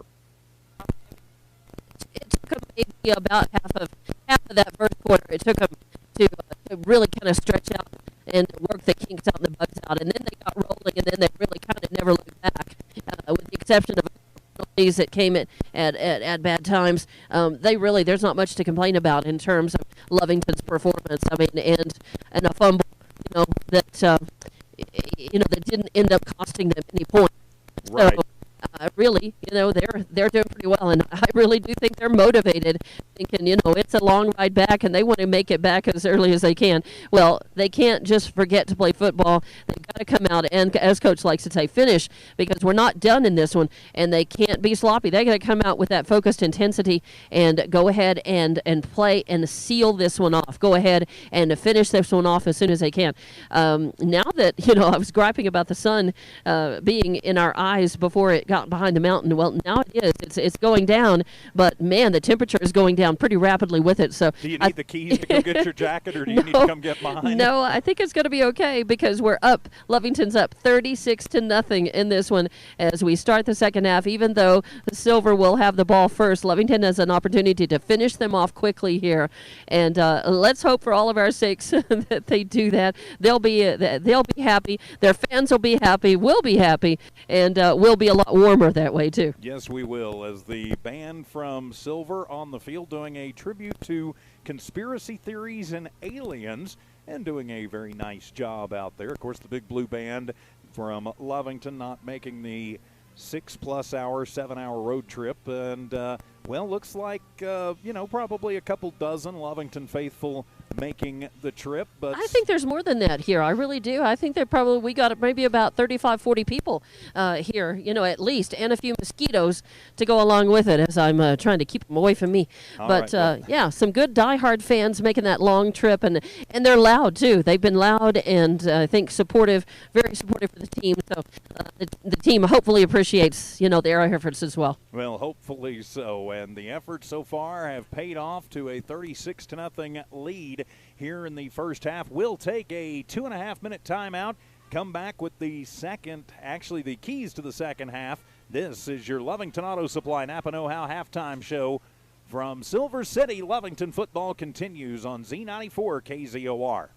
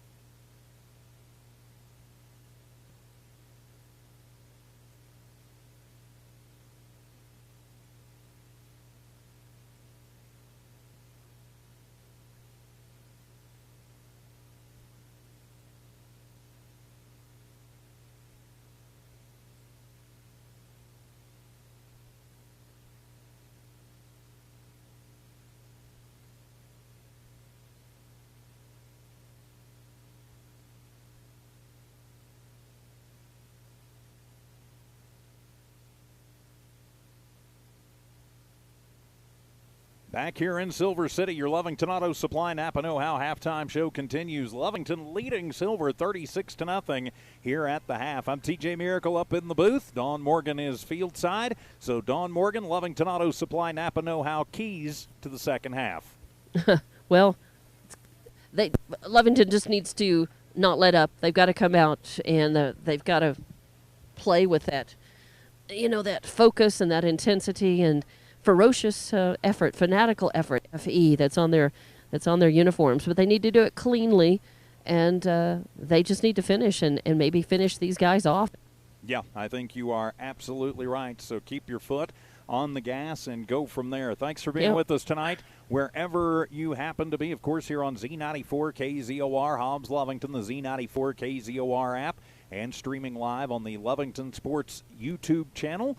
Please give us a subscription, and also at HobbsAmerica.com. I understand that we are having some bandwidth problems with Hobbs America, so if you're trying to watch on Hobbs America or you know someone who might be, tell them to switch over to the YouTube channel. Should be a little bit better there. We are starting to see as we get later in the evening and more people pulling out the phones to do things, maybe some bandwidth issues here at the stadium as well.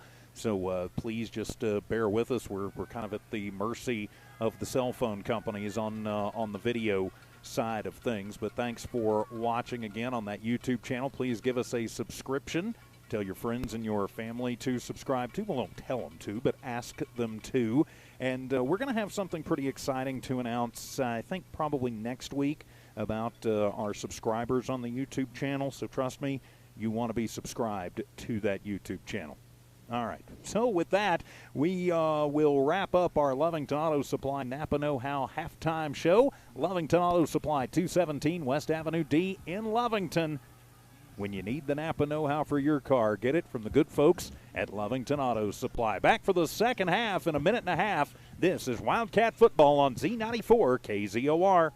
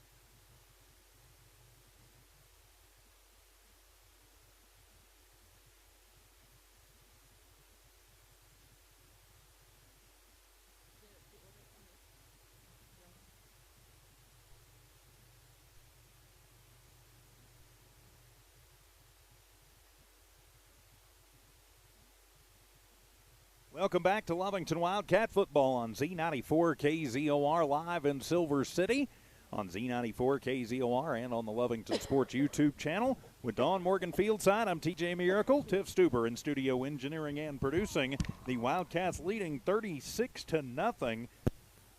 So looking to hang a 50 spot on this Silver City Colts team as the sun starts going down. Going to be a chilly weekend all over New Mexico. But looking forward to this one. Lovington doesn't want it to get too chilly. They don't really care. They want to be back on the bus and warm and heading back to Lee County because, yeah, this is a long district road trip.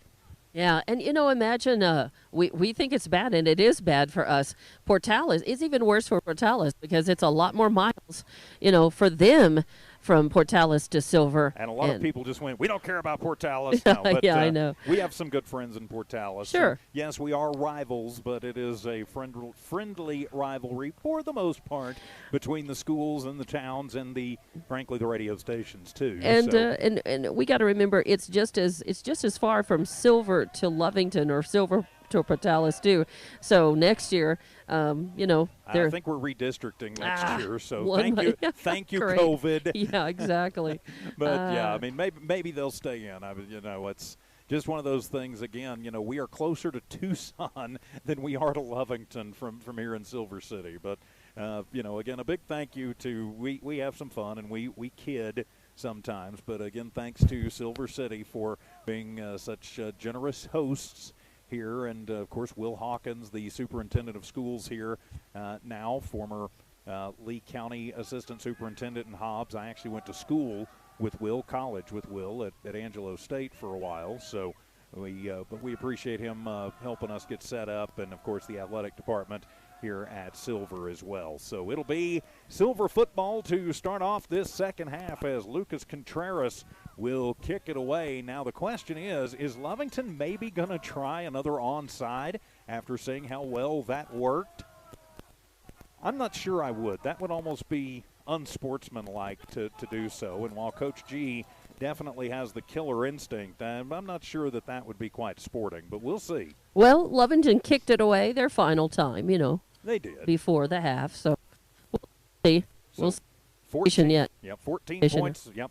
We are in mercy rule timing the entire second half. Lovington up 36-0. So the clock will only stop for timeouts changes of possession and the change of quarter, as Contreras will put the big boot into it. It's whistle right away and flag. And a flag. So what could they possibly false start on Lovington? So they'll move them back 5 yards. Yikes, that's not what you want to see. Does that start the clock? Nope, it has not started the clock yet. So the 5-yard false start penalty on Lovington. No, but I do think that's a pretty good indicator of Lovington's frame of mind right now is quickly and try to end this one quickly, and they're up big and they're impatient. They want to get this one done. Now that impatience can be dangerous, so you got to still play within yourself and maintain control and focus. But I think that does indicate, come on, we're ready to get this second half done. So Lucas will put it down. Yeah, we're about an hour and a half into this one. So Contreras will tee it up at the 35 this time.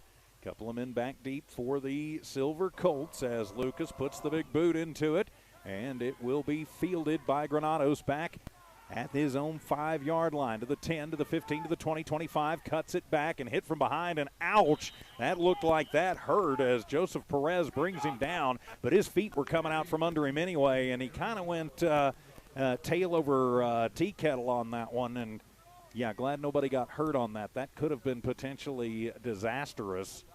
And so it'll be first down and 10 from the 27-yard line. That's where Silver will have their first possession of this third quarter. Lovington up by 36 to nothing. So it will be running clock, and they will come out with Damian Carbajal as the quarterback once again. Nope, it'll be Aiden Granados to take the first snap with Carbajal in the backfield with him. So Granados keeps it. He'll sweep it around to the right side, gets a block, is hit as he picks up 4 as Lovington gang tackles him on the far side of the field. So it'll be a pickup of 4, and it'll be second down and 6. As the Lovington did a nice job there, Dawn, at just kind of stringing it out as long as they could. Yeah, they certainly did. So it'll be second down and 6. Well, they give him 3 yards, not 4. So 59 rushing yards on 10 carries, so pretty respectable 5.9 average. Even I can do the math on that one. So Carbajal going to spin quads to the right side. I'm not sure the last time I saw that one. Or pardon me, that's Granado, and he's just going to take it as he's being pursued by Perez, and that one's knocked down in the backfield. The ball is loose, but yeah, it will be an incomplete pass. Even though it did not go to the line of scrimmage, the arm was going forward. So the incomplete pass, as I'll now have to start a new line on my score sheet. Granado, his first pass is incomplete, and it'll be third down and 7. But good pursuit there in the backfield by the Cats by Caleb Neese and Joseph Perez as the 2 linebackers going in and mixing it up. So it'll be third down and 7 for the Silver Colts. Lovington up 36 to nothing. 2 minutes gone in what will be a fast-moving third quarter unless Silver can score. And so Granado, now it'll be Carbajal to take the snap, and he'll hand it off to Granado. Tries the right side, not much doing. He gets it to the 35-yard line, a pickup of 2 before he is brought down by a host of Wildcats. The big boys up front. Brian Gutierrez leading the charge on that one with a little help from Brennan Garcia. And so it'll be fourth down and 5. And you got to think punt time for Silver here. Yeah, nice job by Lovington defense on this possession by Silver to limit them, and that's exactly that's a job that they needed to do. And so far, so good. And Silver's going to come out and they're going to go for it. That is very dangerous in their own territory.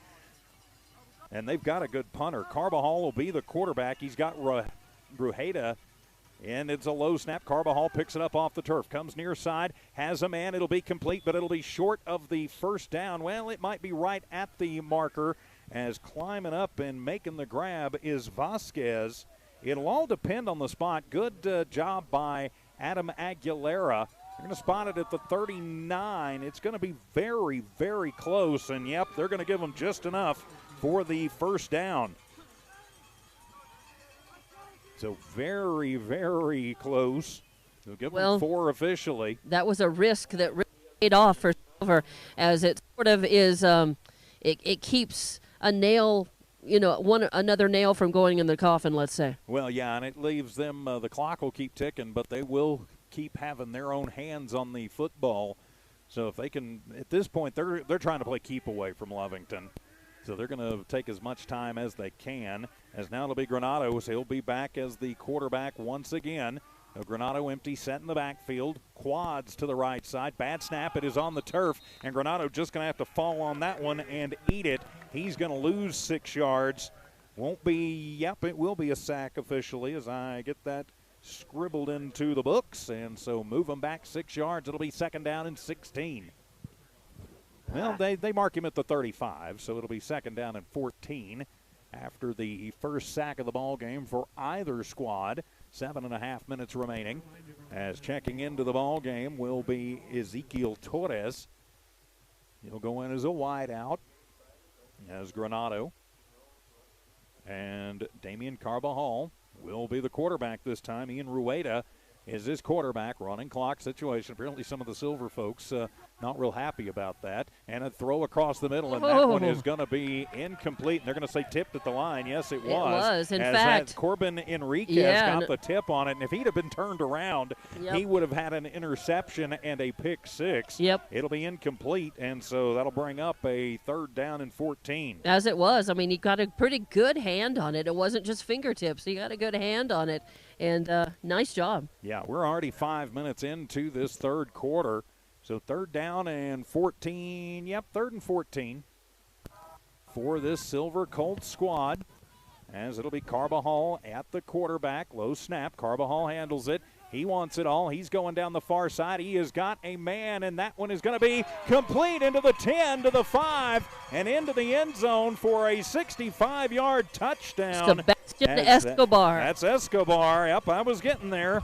Sorry. So 65 yards to Sebastian Escobar from Damian Carbajal as he got behind the Lovington defense. And so, well, that means we're out of running clock as it's a 30-point lead now for the Wildcats. They'll just have to go get it back. Not what Coach G would have wanted from a younger group of defensive backs out there that time, but they've got to get experience.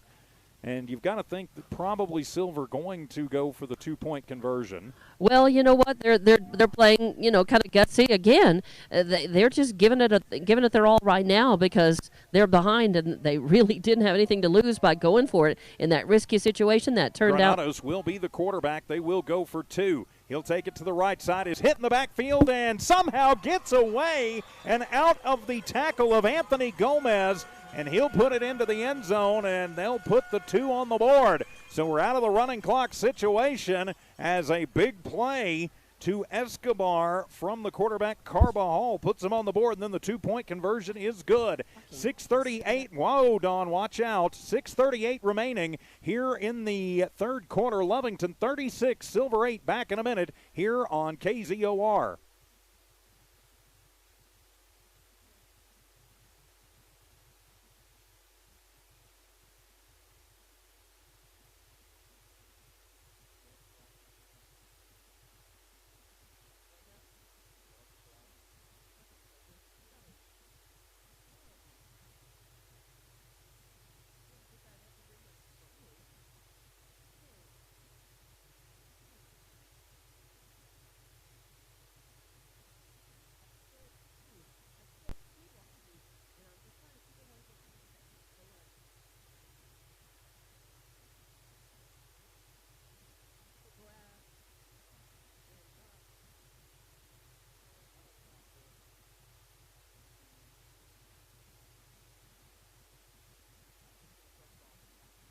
Welcome back as it'll be Carbajal to go up, and he will kick it away. It'll be a short kick. It'll be fielded at the 25 to the 30, 35 to the 40, breaking through 45 to the 50, down the near sideline to the 40. Little stunner stepping out at the 35, and that should be a hit out of bounds. It won't be, but Cardenas with a huge return, and it'll be Lovington 1st and 10 after the big return. 36-8, Lovington in the lead.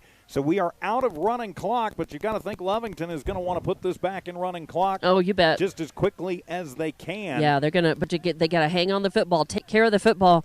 I think their fumbles, and just uncertainty early on in this game really hammered home. Got to take care of the football. Got to take care of the football. From the 35-yard line, it'll be Lovington football. as Ashton Aranda will bring the play in. Lovington may opt to go for the quick strike here just to get it back. Twins to the left and one to the right. It is Hilliard by himself to the right side. Henson on the left, Olguin in the slot, and they will toss it to Olguin on the end around. Alec running east-west instead of north-south is going to wind up with about 2 or 3 yards. He ran about 40 to get that 3. It'll be 2nd down and 7. He goes out of bounds. Clock will stop with 6:14 to go.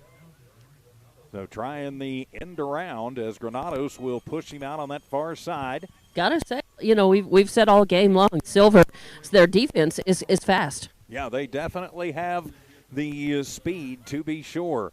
So it'll be 2nd down and 7 after the end around to Olguin. He'll be in the slot on the near side. Lovington moving from the right to the left.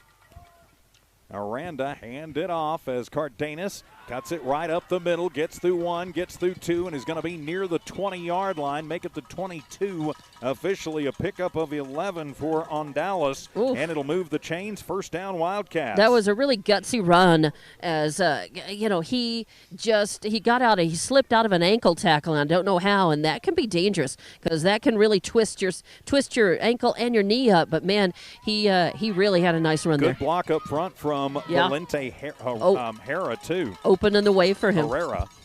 So Herrera opened the way there from the guard. Fake the handoff. Nope, it'll be Cardenas again, but he is going to be hit and dropped behind the line that time. They may give him forward progress back to the line. Anthony Rico putting the hit on him, and yep, they're going to say no gain for Cardenas. It'll be 2nd down and 10. 84 yards on 9 carries for Arandas. Clock under 5 minutes to go here in the 3rd. Lovington with 2nd down and 10 just outside the red zone from the 22-yard line. Split a man wide to the left. That is going to be Henson by himself. Hilliard to the right with Aguilera in the slot on the right. Bootleg right for Aranda, and he's going to just have to let it fly as giving chase on that far sideline was Olguin, so incomplete. And wow, are they going to say intentional grounding? You're kidding me. Well, I think he was just about out of room. I'm not sure he was still in bounds when he let it fly. Intentional grounding on Lovington, and so that will be loss of down. Wow. I'm sorry. He tossed it out, and Tayton Hilliard was in the neighborhood. I'm not sure I agree with that, but Coach it G is at the referee's discretion. Yeah, Coach G is questioning it. I mean, and he is pointing out. He's talking to the ref. Yeah, I mean, he'd broken the pocket, although that is not the rule in high school like it is in the NFL and college, that if you break the pocket, you can do it. And so it'll be a loss of down and 10 yards. So, yikes. So the 10-yard penalty for the intentional grounding and loss of down will make it 3rd down and 20. This may just kind of make the Cats mad, and that may not be a good thing for the Colts. What is it Bruce Banner used to say? You wouldn't like me when I'm angry. Fake the handoff as it'll be Aranda going for it all into the end zone. Picked off on the near side as Silver picks it off on the near sideline as going up and making the pickoff, Ricky Vasquez. And so the 2nd INT of the night will give Silver the ball, but deep inside their own territory. Now I think it's time for Lovington's defense to say, all right, we're going to get this one back. But do we have flags on the play? Well, let's see. We're going to have to see.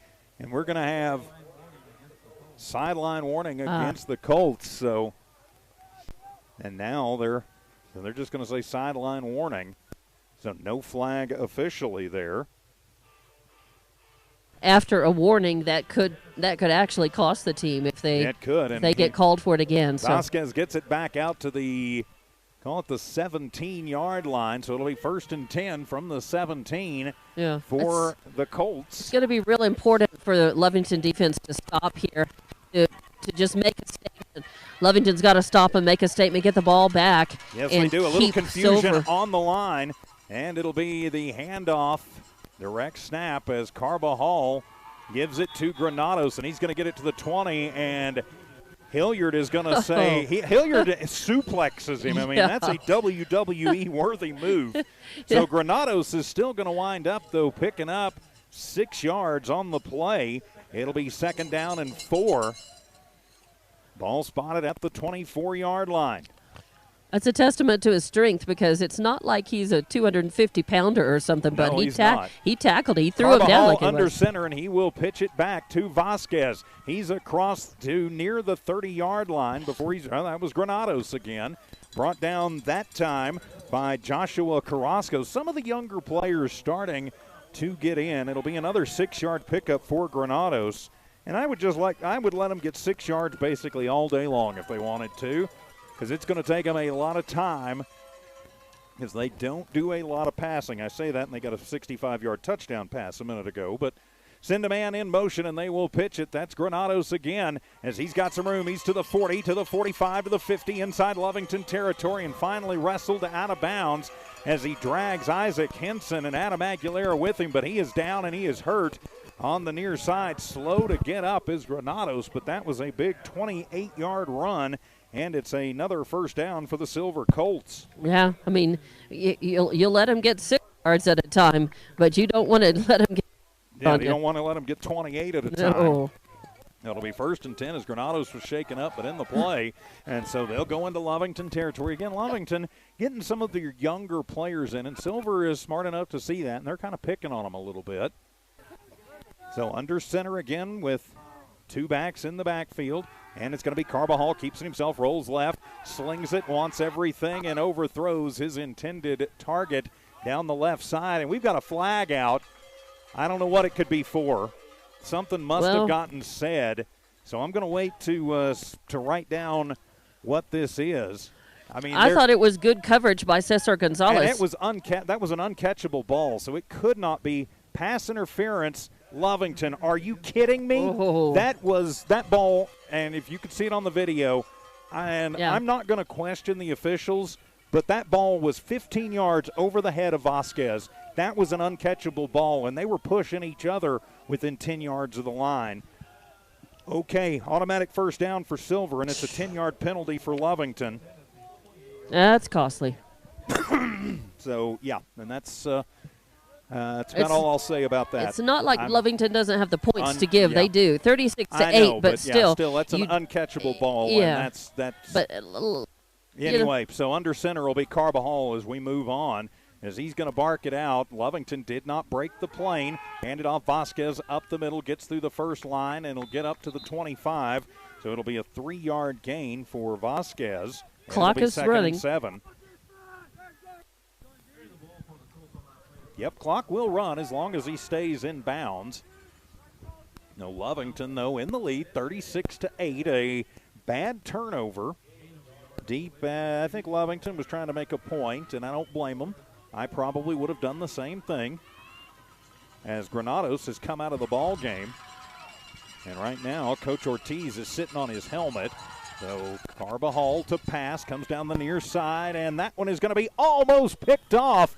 Great coverage in the end zone and great closing speed from Tayton Hilliard as he had the intended receiver bracketed. That was Carbajal to Carbajal. So incomplete. Will stop the clock with 2:25 to go in the 3rd quarter, and it'll be 3rd down and 8. So 3rd and 8 for the Silver Colts inside Lovington territory.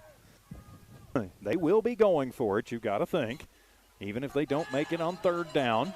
Lovington still up 36-8. Oh, yeah, still up by 28 points. Now from the shotgun is Carbajal this time. Rueda in the backfield with him. He'll throw the screen near side, and great coverage as he gets it to Granados, and he's going to be gang tackled and pushed back. It'll be a 2-yard gain for Granados, and it'll be 4th down and call it 6. Yeah, good work by Lovington D. And timeout going to be taken by Silver City. So 2:40 remaining in the 3rd quarter. Silver with a 4th and 6 situation. We're back in 30 seconds on Z94, KZOR, and the Lovington Sports YouTube channel.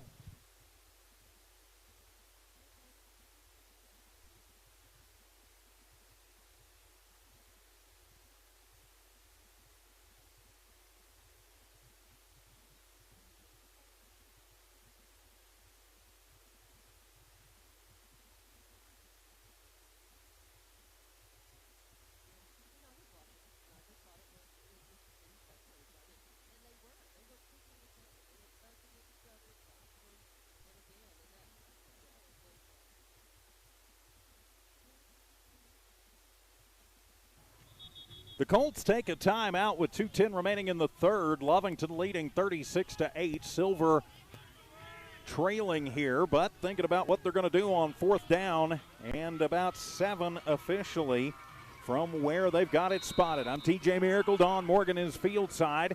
So an important fourth down here as Lovington trying to shut down Silver after a big play gets them into Wildcat territory. Carbajal, direct snap on the Wildcat, and nothing doing as they are going to cream Adrian Granados. Granado is down. He loses 5 on the Wildcat, and it'll be over on downs to the Wildcats. Joshua Carrasco and Brennan Garcia were the Wildcats putting him in that sandwich and bringing him down. Nice job. Lovington not falling for it. 1st and 10 for the Wildcats from the 30. 2:05 to go here in the third quarter. The clock is Lovington's friend, but what looked like it might be another 50-point night, not happening. As a big play for Silver as Lovington stalls out.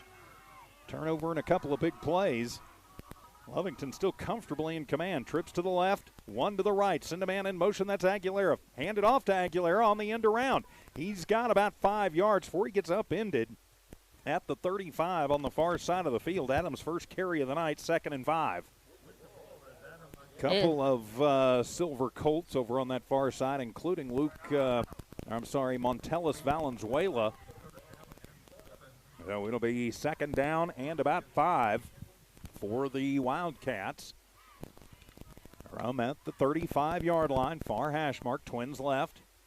It's Thompson and Gonzalez, on the near side. Send a man in motion. That's Aguilera again. Hand it off on the little fake as Cardenas going to take it out to the 40. Going to be just shy of the first down, but a nice job of running by Ondalis Cardenas. He's got 88 yards on 10 carries tonight. And so third and about a yard for the Wildcats. And he does not hesitate to go in the middle of a bunch of big guys and really run for it when he knows he's just going to get creamed and get swarmed like he did there. But good forward momentum. 3rd and a yard, and pushing forward is Ashton Arandas. He's going to get up to the 42-yard line. It'll be a pickup of 2 for Ashton and move the chains. 1st down, Wildcats, their 10th first down of the ball game. So under a minute to play in the third. Going to think the Cats going to be, don't know if they're going to be content to not put any scores on the board in this third quarter, though. But they can afford to take their time. They're up by 4 touchdowns. Silver City is not the most explosive offense out there.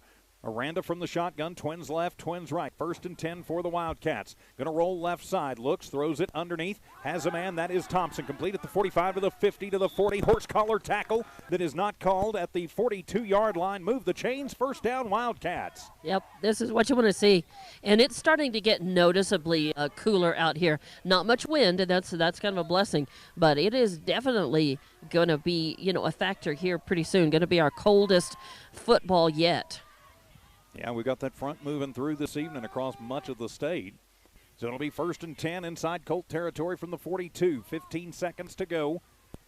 Twins to the left, Twins to the right. Lovington will try to get off one more play, and they will. Aranda gets it, wide receiver screen. Thompson again, 45. Jumps over a man to the 40 and going to be knocked down inside the 40 at the 38-yard line. So it'll be a pickup of 5 on the completion to Thompson, and that will end the third quarter. Well, after 3, it's Lovington 36, Silver 8. More Wildcat football in 1 minute on Z94, KZOR, Hobbs, Lovington.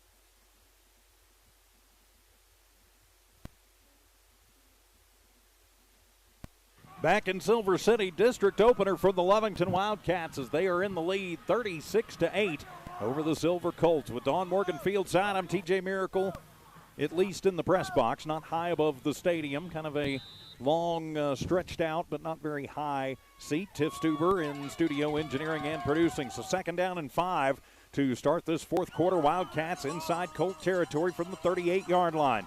Aranda, the quarterback, Cardenas on his right shoulder. The hard count. Silver goes. I've got to think. Or are they going to say we jumped? We'll wait and see. Again, we're waiting on a nope. They're going to just say, okay, no harm, no foul. I don't know how that happened, but all right. So it'll be 2nd down and 5 for the Wildcats. Start of this 4th quarter. Aranda changes the play at the line. He's going to shift around Cardenas over to his left shoulder this time. Waiting on the snap. It's a high snap. Hand it to Cardenas. Counter tray right up the middle on Dallas is going to get another 2 yards or so before he is met and gang tackled. Leading the way, Mason Lockett. It'll be a 2-yard gain for Cardenas. And so it'll bring up a 3rd down and about 3. So 3rd and 3 for the Wildcats. Again, can just eat as much clock as they want. They're up 36-8, a 28-point lead here late in the ball game. Looking to improve to 5 and 3 on the season. Empty set in the backfield. Trips to the left, one to the right. Aranda with it. Blitz comes. He'll throw it. And, how is that not a penalty as Walter Woodward puts an elbow into the chin of DeMarcus Thompson across the way. But anyway, it'll be 4th down and 3 for the Wildcats. So 4th and 3 for the Wildcats. The incompletion will stop the clock. The Cats will go for it inside Silver territory. They'd like to get the score they gave up back. But Coach G starting to get a lot of his younger players in the ball game, get them some playing time. Aranda is still the quarterback. Twins left, Twins right. Ashton going to roll to the right side. Looks downfield, still looks, and he'll throw it, and that one will be complete. He's got a man to the 20, down to the 15-yard line, and move the chains. 1st down Wildcats as the completion to Ensign Marquez. Wow, that's again, nice. Nice. It's always nice to see newer names or names that haven't, been as getting out there and providing some more positive yardage for Lovington. 16 yards to Marquez, 2:41 through the air for Ashton Aranda. And so it'll be 1st and 10 for the Wildcats. Send trips to the left and one to the right this time. That'll be Marquez to the right side. Aranda with Cardenas from the shotgun, low snap. Throw it wide receiver screen to Thompson, far side. Got some room to the 10, down to near the 5-yard line. Great job by DeMarcus Thompson as he's going to pick up, call it 11, and move the chains. 1st and goal, Wildcats. Wow. And this probably means, I don't know, it feels like we've had at least half a dozen Cats now showing up, receiving, and running the ball for us. We have had let me count, 1, 2, 3, 4, 5. Yep, that is 6 different receivers and 4 different rushers. Cool. So good job, Don. I'm sitting here looking at it and didn't notice it. And it'll be a high snap, and Ashton will just keep it himself, go up the middle, and is going to be just shy of the goal line, but it will be 1st and goal for the Cats as he'll be down at the 4-yard line. So I can't believe that DeMarcus didn't get DeMarcus didn't get the 1st down a minute ago. They marked him just shy. So it'll be 1st and goal this time for the Wildcats from just inside the 5-yard line. So Lovington going to try and get this one back up to a 35-point lead. Spread them out, trips to the right, one to the left. Cardenas in the backfield. Low snap, Aranda handles it, throws it across the middle. How is that not pass interference as Thompson got blasted before the ball was even out of Aranda's hand, but no call, so incomplete, and it'll be 2nd and goal from the 5. Pretty good coverage over there for Lockett. I just looked like he got there a little bit early. Hey, if they're going to call an uncatchable ball pass interference on us, I'd like to see them call an actual pass interference on them. And it is a little bit closer to the goal. I think the official spot is just past the 3-yard line, between the 3 and the 4. All right, a little bit hard to tell from my angle, so sure. Thank you from the from the 3.5. We'll call it officially. It'll be second down and goal for the Wildcats. Aranda, 2 left, 2 right, hand it off. Cardenas trying the right side sweep. Puts it back, stretches out, and yes, sir, puts 6 on the board. Touchdown, Wildcats on Dallas Cardenas, his second rushing touchdown of the night. And the Lovington Wildcats go up 42-8 with 9:16 remaining here in the ball game. Point after to come. The point after is good. Lovington would get this back into running clock territory. That was a really nice offensive drive, as you know, they just kind of maintained their calm, cool, for the most part, and just owned the football, took care of it, moved it down the field, and got the job done. And Lovington saying, nope, all right, you got 2 on us, we're going to put 2 on you. Come out in a modified wishbone this time. Aranda with 3 guys with him. He'll throw the quick crossing route, and again, Lovington blown up before the ball even hits there. Owen Hooper blows up Isaac Henson on the far side, but no call. And so it's 42-8. Lovington up by 34. We're back in 60 on KZOR.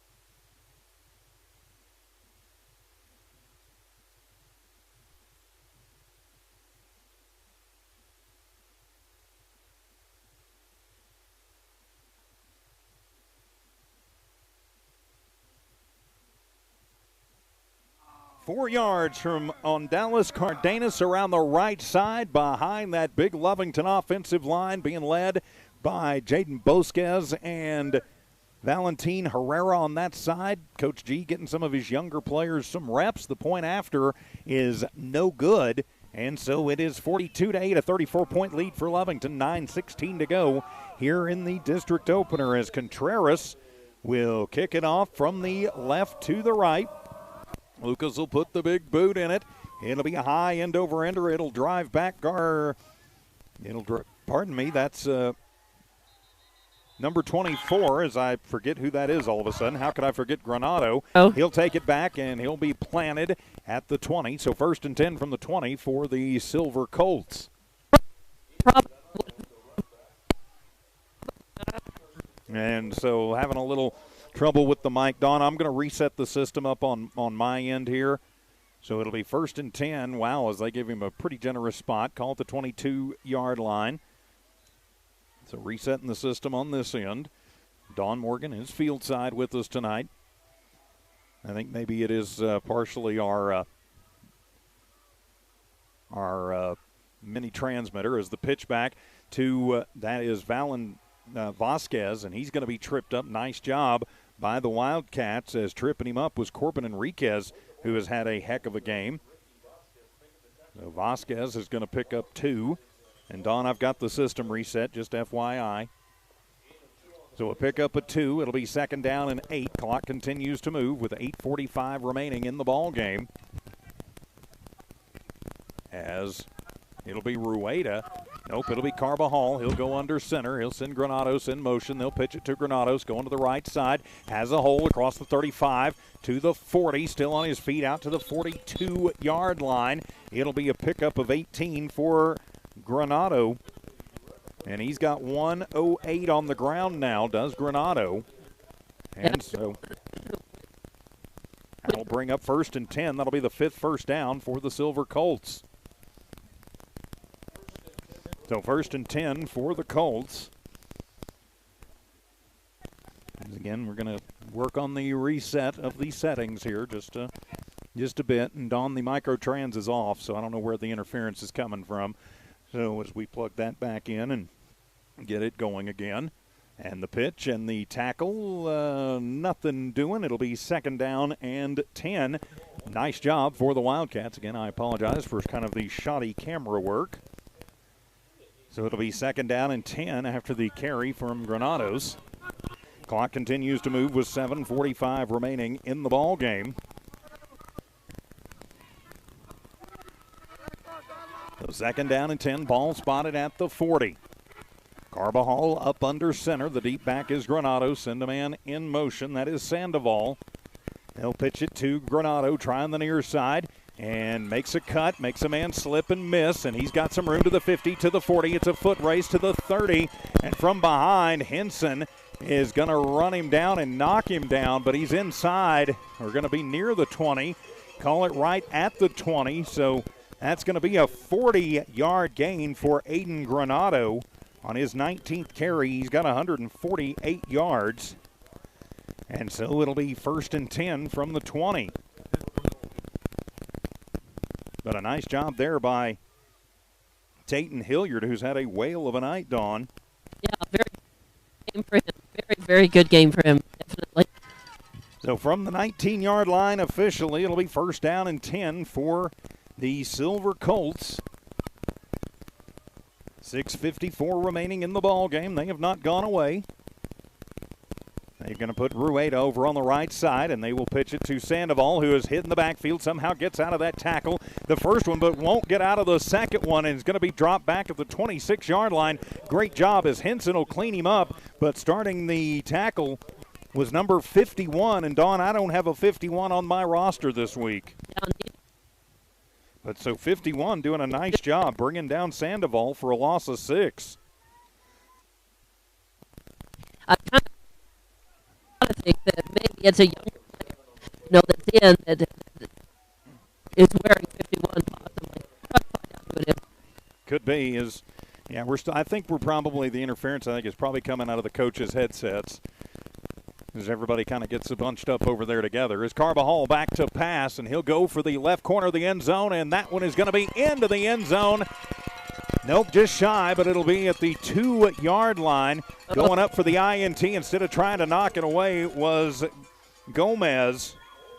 So it'll be complete to Escobar for 18 yards. And so it'll be 1st and goal from the 2 for the Colts. Now, that was almost a taunting situation there. Escobar showed the football right under the nose. Yeah, very much so. It was, yeah.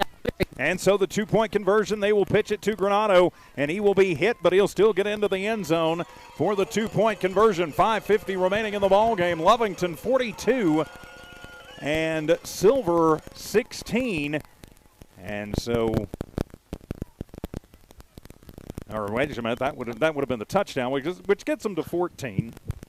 I was getting ahead of myself there, Dawn. I was looking, trying to do the math, and thought, well, that's not yet. Let's make him earn it and not just give him that 2 points. Yeah, let's not do that. That wouldn't be so good. And I am well away from all of the And I think maybe we've got to shorten one of our antennas. Yeah. I pulled that antenna, and there you it's go. good. Much better. So it'll be Carbajal keeps it himself and will go into the end zone. And he coughed it up, and Lovington says they got it. So the point after fail, I have not seen a signal from anybody. And coming up as the fumble, Carbajal fumbled it away, and Henson came up with it. And so the point after fails as the official going to take it out to the 40-yard line and say, all right, time to kick off, boys. I guess. We have still not gotten a signal. And, again, we've got a referee. One of the linesmen has run it all the way back down. So the point after is good. They say it's good. As Lovington goes, how can it be good when he fumbled it before he got into the end zone? But I've got to agree with them on that, but all right, we're up big. We're still going to win this ball game. So it's 42-16. We're back in a minute on Z94, KZOR, Hobbs, Lovington, and the Lovington Sports YouTube channel.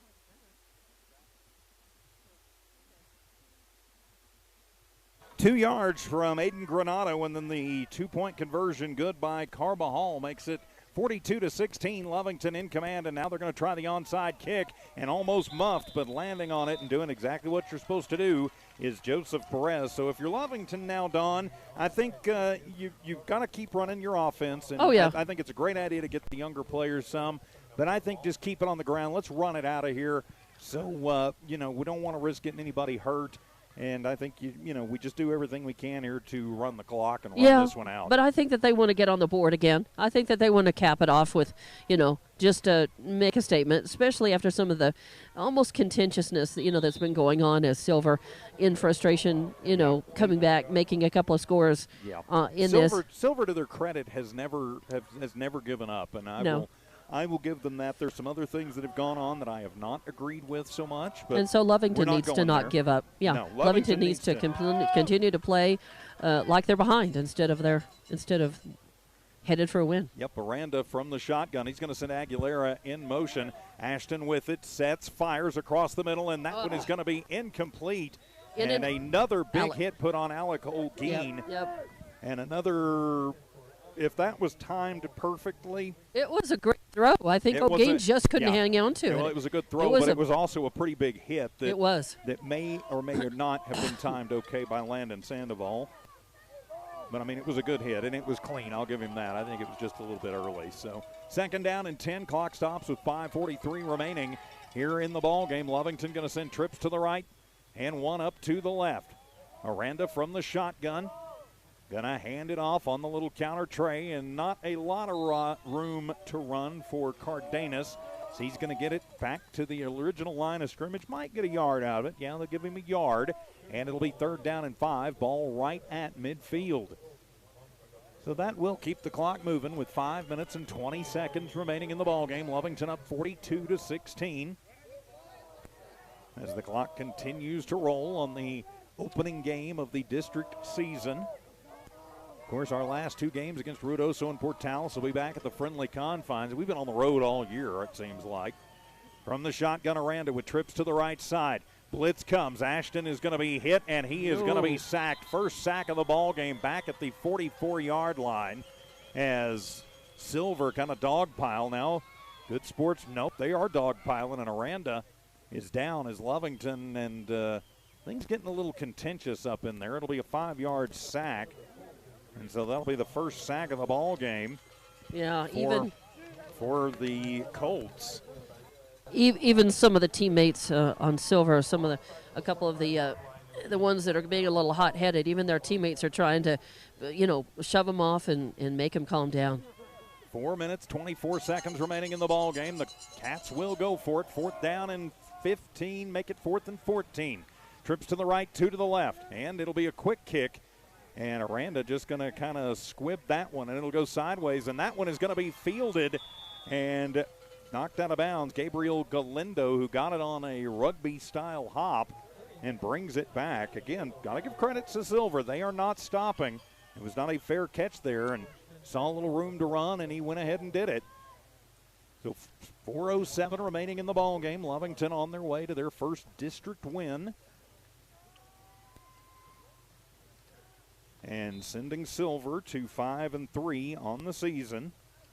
And sorry, Tiff, I just saw your message. I'm reconnecting now. So we should be reconnected on the tie line, Tiff. And it'll be 1st and 10, and it'll be Forrest Granado as he's going to go over the right side. Drags Henson with him for about 4 yards. Granado, 21 carries now. And, 4 yards, so he's got 154 rushing yards. Lovington and Silver's has not had a big answer for him tonight. Silver is starting to work a little bit quicker. And just as I say that, they take a little more time in the huddle, waiting for one of their guys to run the play in. But, they're starting to they're working a little quicker. It's not like they think that they can win the game, but they want to put up some more points on the board. I think Lovington should want to do that more. I think so. From the shotgun this time, send a man in motion. That is Granado. Low snap, and that one is going to get away from Carbajal. He's just going to have to take it, and he'll be back inside his own territory as he is tapped down by Caleb Nace on another bad snap. Brennan Garcia back there, too. And so that'll be a big loss for Carbajal as he's going to lose 9. We'll make it 8 yards on the loss. And so that'll make it 3rd down and 18. The 3rd and 18 for Silver City. 2:45 remaining in the ball game. Lovington up 42-16. Carbajal from the shotgun.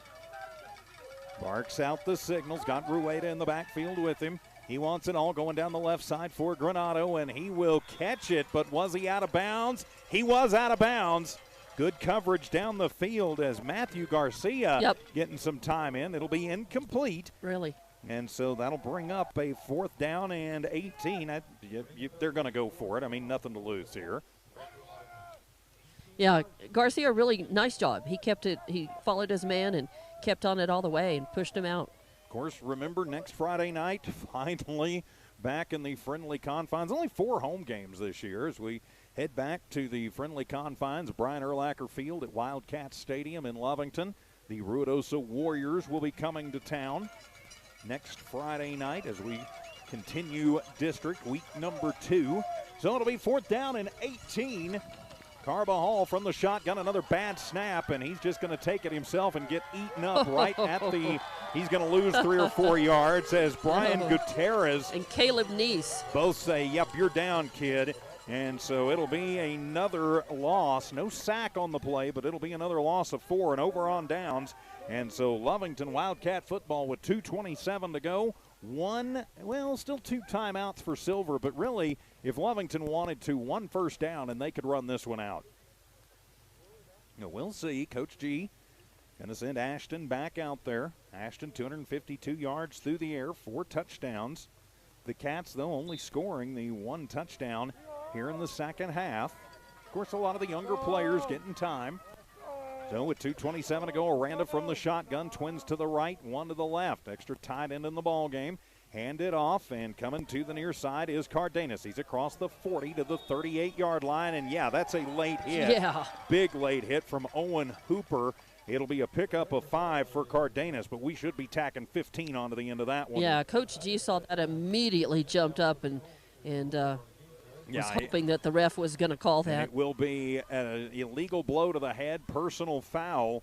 And so more than the late hit, the illegal blow to the head. So that'll be 15 yards tacked onto the end of it. That is just the 3rd real penalty of the night on the Silver Colts. So move the chains, 1st down Wildcats. With the 5 yards, by the way, on Dallas Cardenas. Gets 100 yards tonight.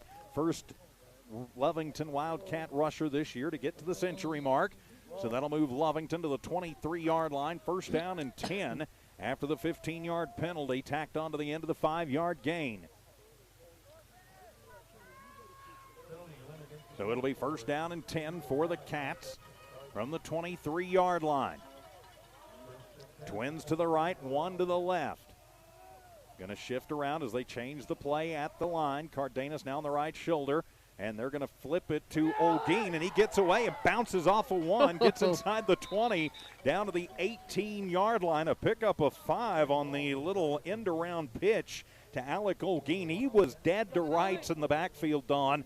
It looked like Ruben Olguin had creamed Alec Olguin, but somehow like a pinball, he bounced off of Olguin, and Olguin went 5 yards down the field, 2nd and 5. Looks like one of them was made of rubber for sure, and he did. I mean, bounce was the operative word there, and then a nice little spin move at the end to eke out another about 1.5 yards out of that.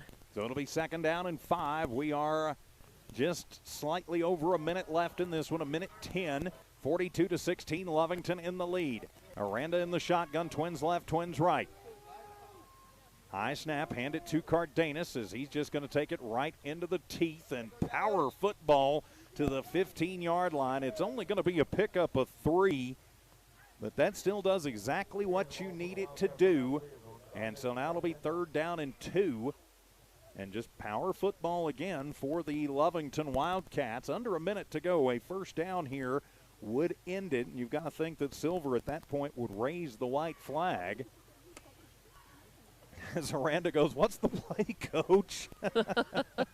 It's like, well, no. Just draw it up in the dirt. This is the one dirt field you'll see the rest of the year, Ashton. Just draw it up in the dirt. Yeah, dealer's choice here. So just go for it. Pick one. Pick a card. Any card. Twins left, one right. Hand it off. Cardenas on the sweep to the left side. He's across the 10, cuts it up to the 5, stretches it out, and is he into the end zone? Yes, he is. Put 6 on the board. Touchdown, Wildcats.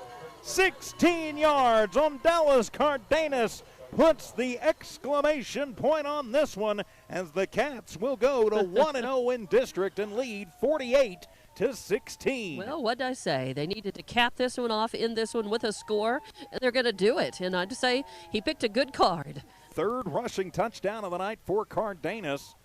The point after to come. And looks like Lovington may decide to go for 2. They've scored 50 the last 2 weeks. Or the last 2 games, I should say. And it looks like they may be content with just trying for 49 as the point after to be attempted by Tayton Hilliard, who has had a heck of a night out of the hold of Henson. The kick is up, and it is partially blocked out of Aguilera. Partially blocked there by Anthony Rico. Trying to get that out there.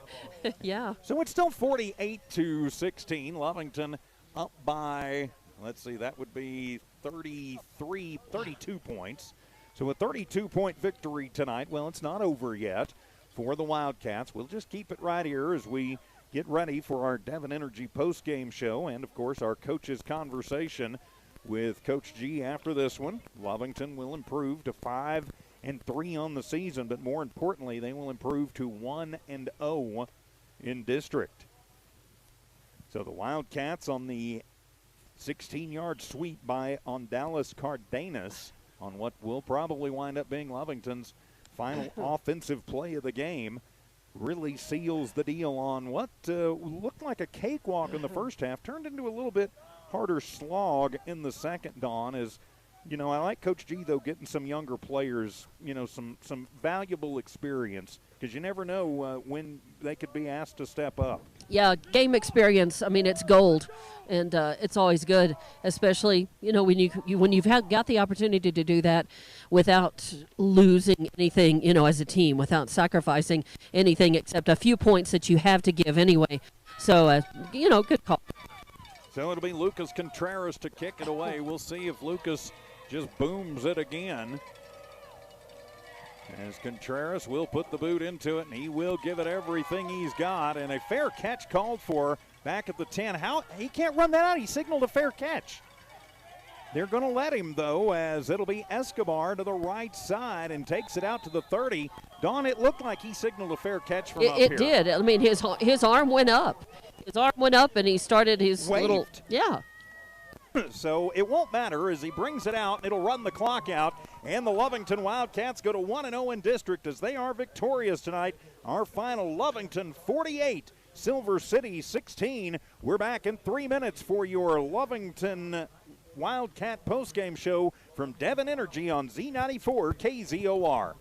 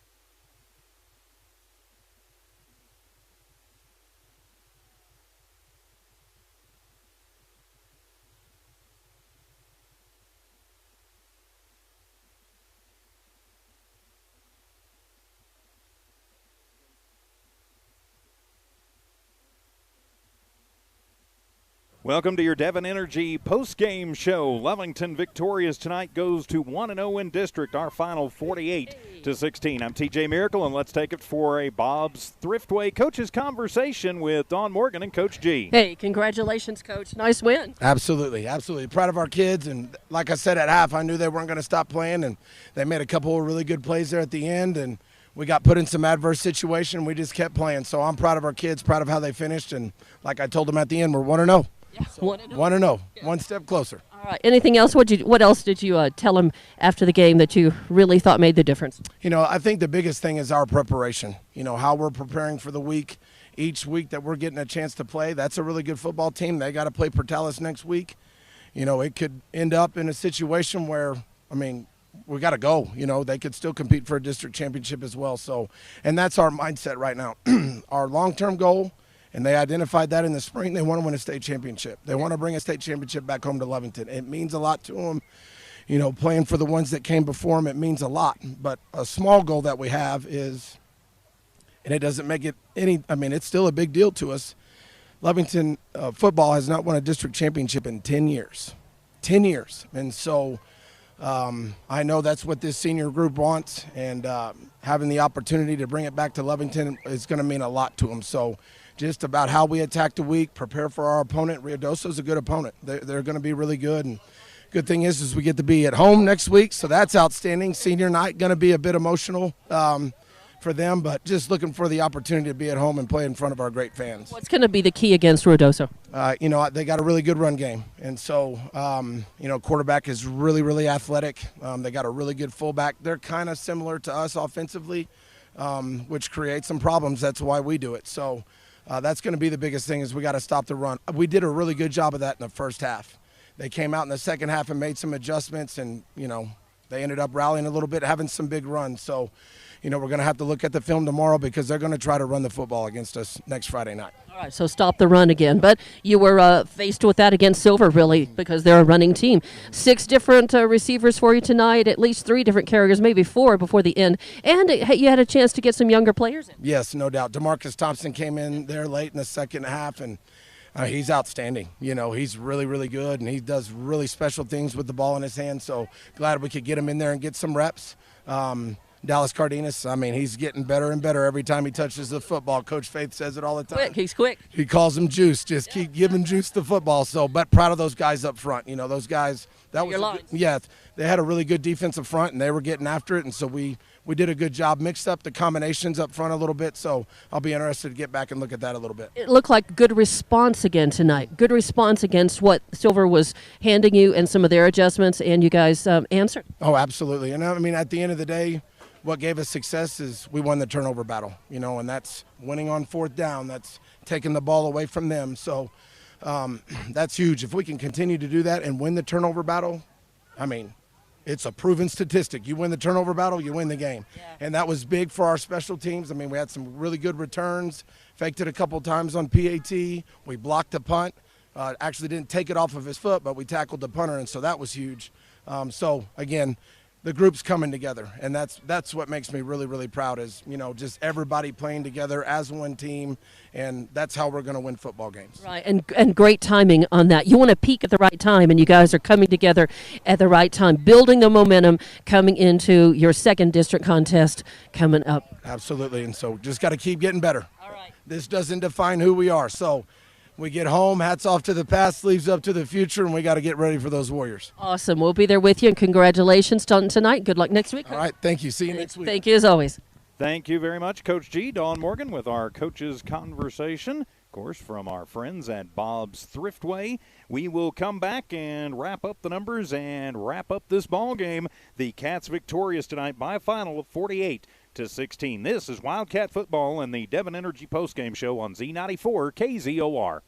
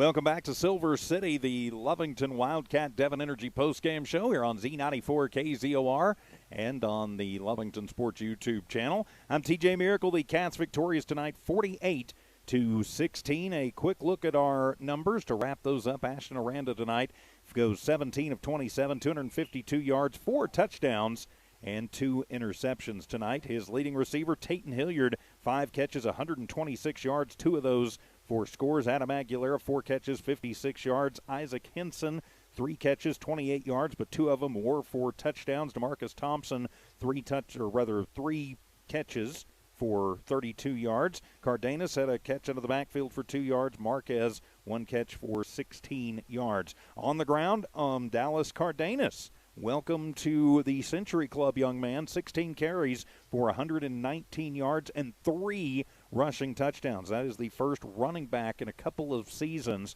that Lovington has had break the century mark. Aranda, 11 carries, 17 yards, was sacked once. Aguilera on an end around, 1 carry, 5 yards. Alec Olguin, 2 carries for 8 yards, both on end arounds. 252 through the air, 139 on the ground, means a 391-yard total for tonight for Lovington. They had 13 first downs in the ball game, and they, other than penalties, they statistically pretty much won this entire game. So as we get ready, you heard Coach G talk about, Ruidoso coming to town next weekend, always a big rivalry game too. So definitely going to be looking forward to that. And Dawn, I don't know if you're still within earshot, but any final thoughts tonight? All right, I guess Dawn has gone out of range. So with that, my friends, we will put a wrap on this one. The Wildcats came in, dominated the first quarter and the first half, and proved why they are the number 1 team in the state as they get the victory, 48-16. We will see you again on Friday night back at the friendly confines of Brian Urlacher Field at Wildcat Stadium. We'll be on the air next Friday night about 6:45 for the Wildcat pregame show. The kickoff scheduled for 7 o'clock. So we'll make the long road back. Actually, we're going to stop over in Las Cruces tomorrow. Dawn and I will be filling in for Ty Friend and Coach Brian Coltrane. We'll have the Hobbs Eagles for you, a Saturday game against the Oregon Mountain Knights. 1 o'clock tomorrow on our sister station, Cool 95.7, and also on the Hobbs Sports YouTube channel. But tonight, all about Lovington, victorious 48-16. For Tiff Stuber in studio engineering and producing, for Dawn Morgan, I'm TJ Miracle saying so long from Silver City. The Wildcats victorious 48-16. This has been an exclusive presentation of New Walmart Broadcasting and Z94 KZOR Sports. Good night, everybody. Have a great weekend.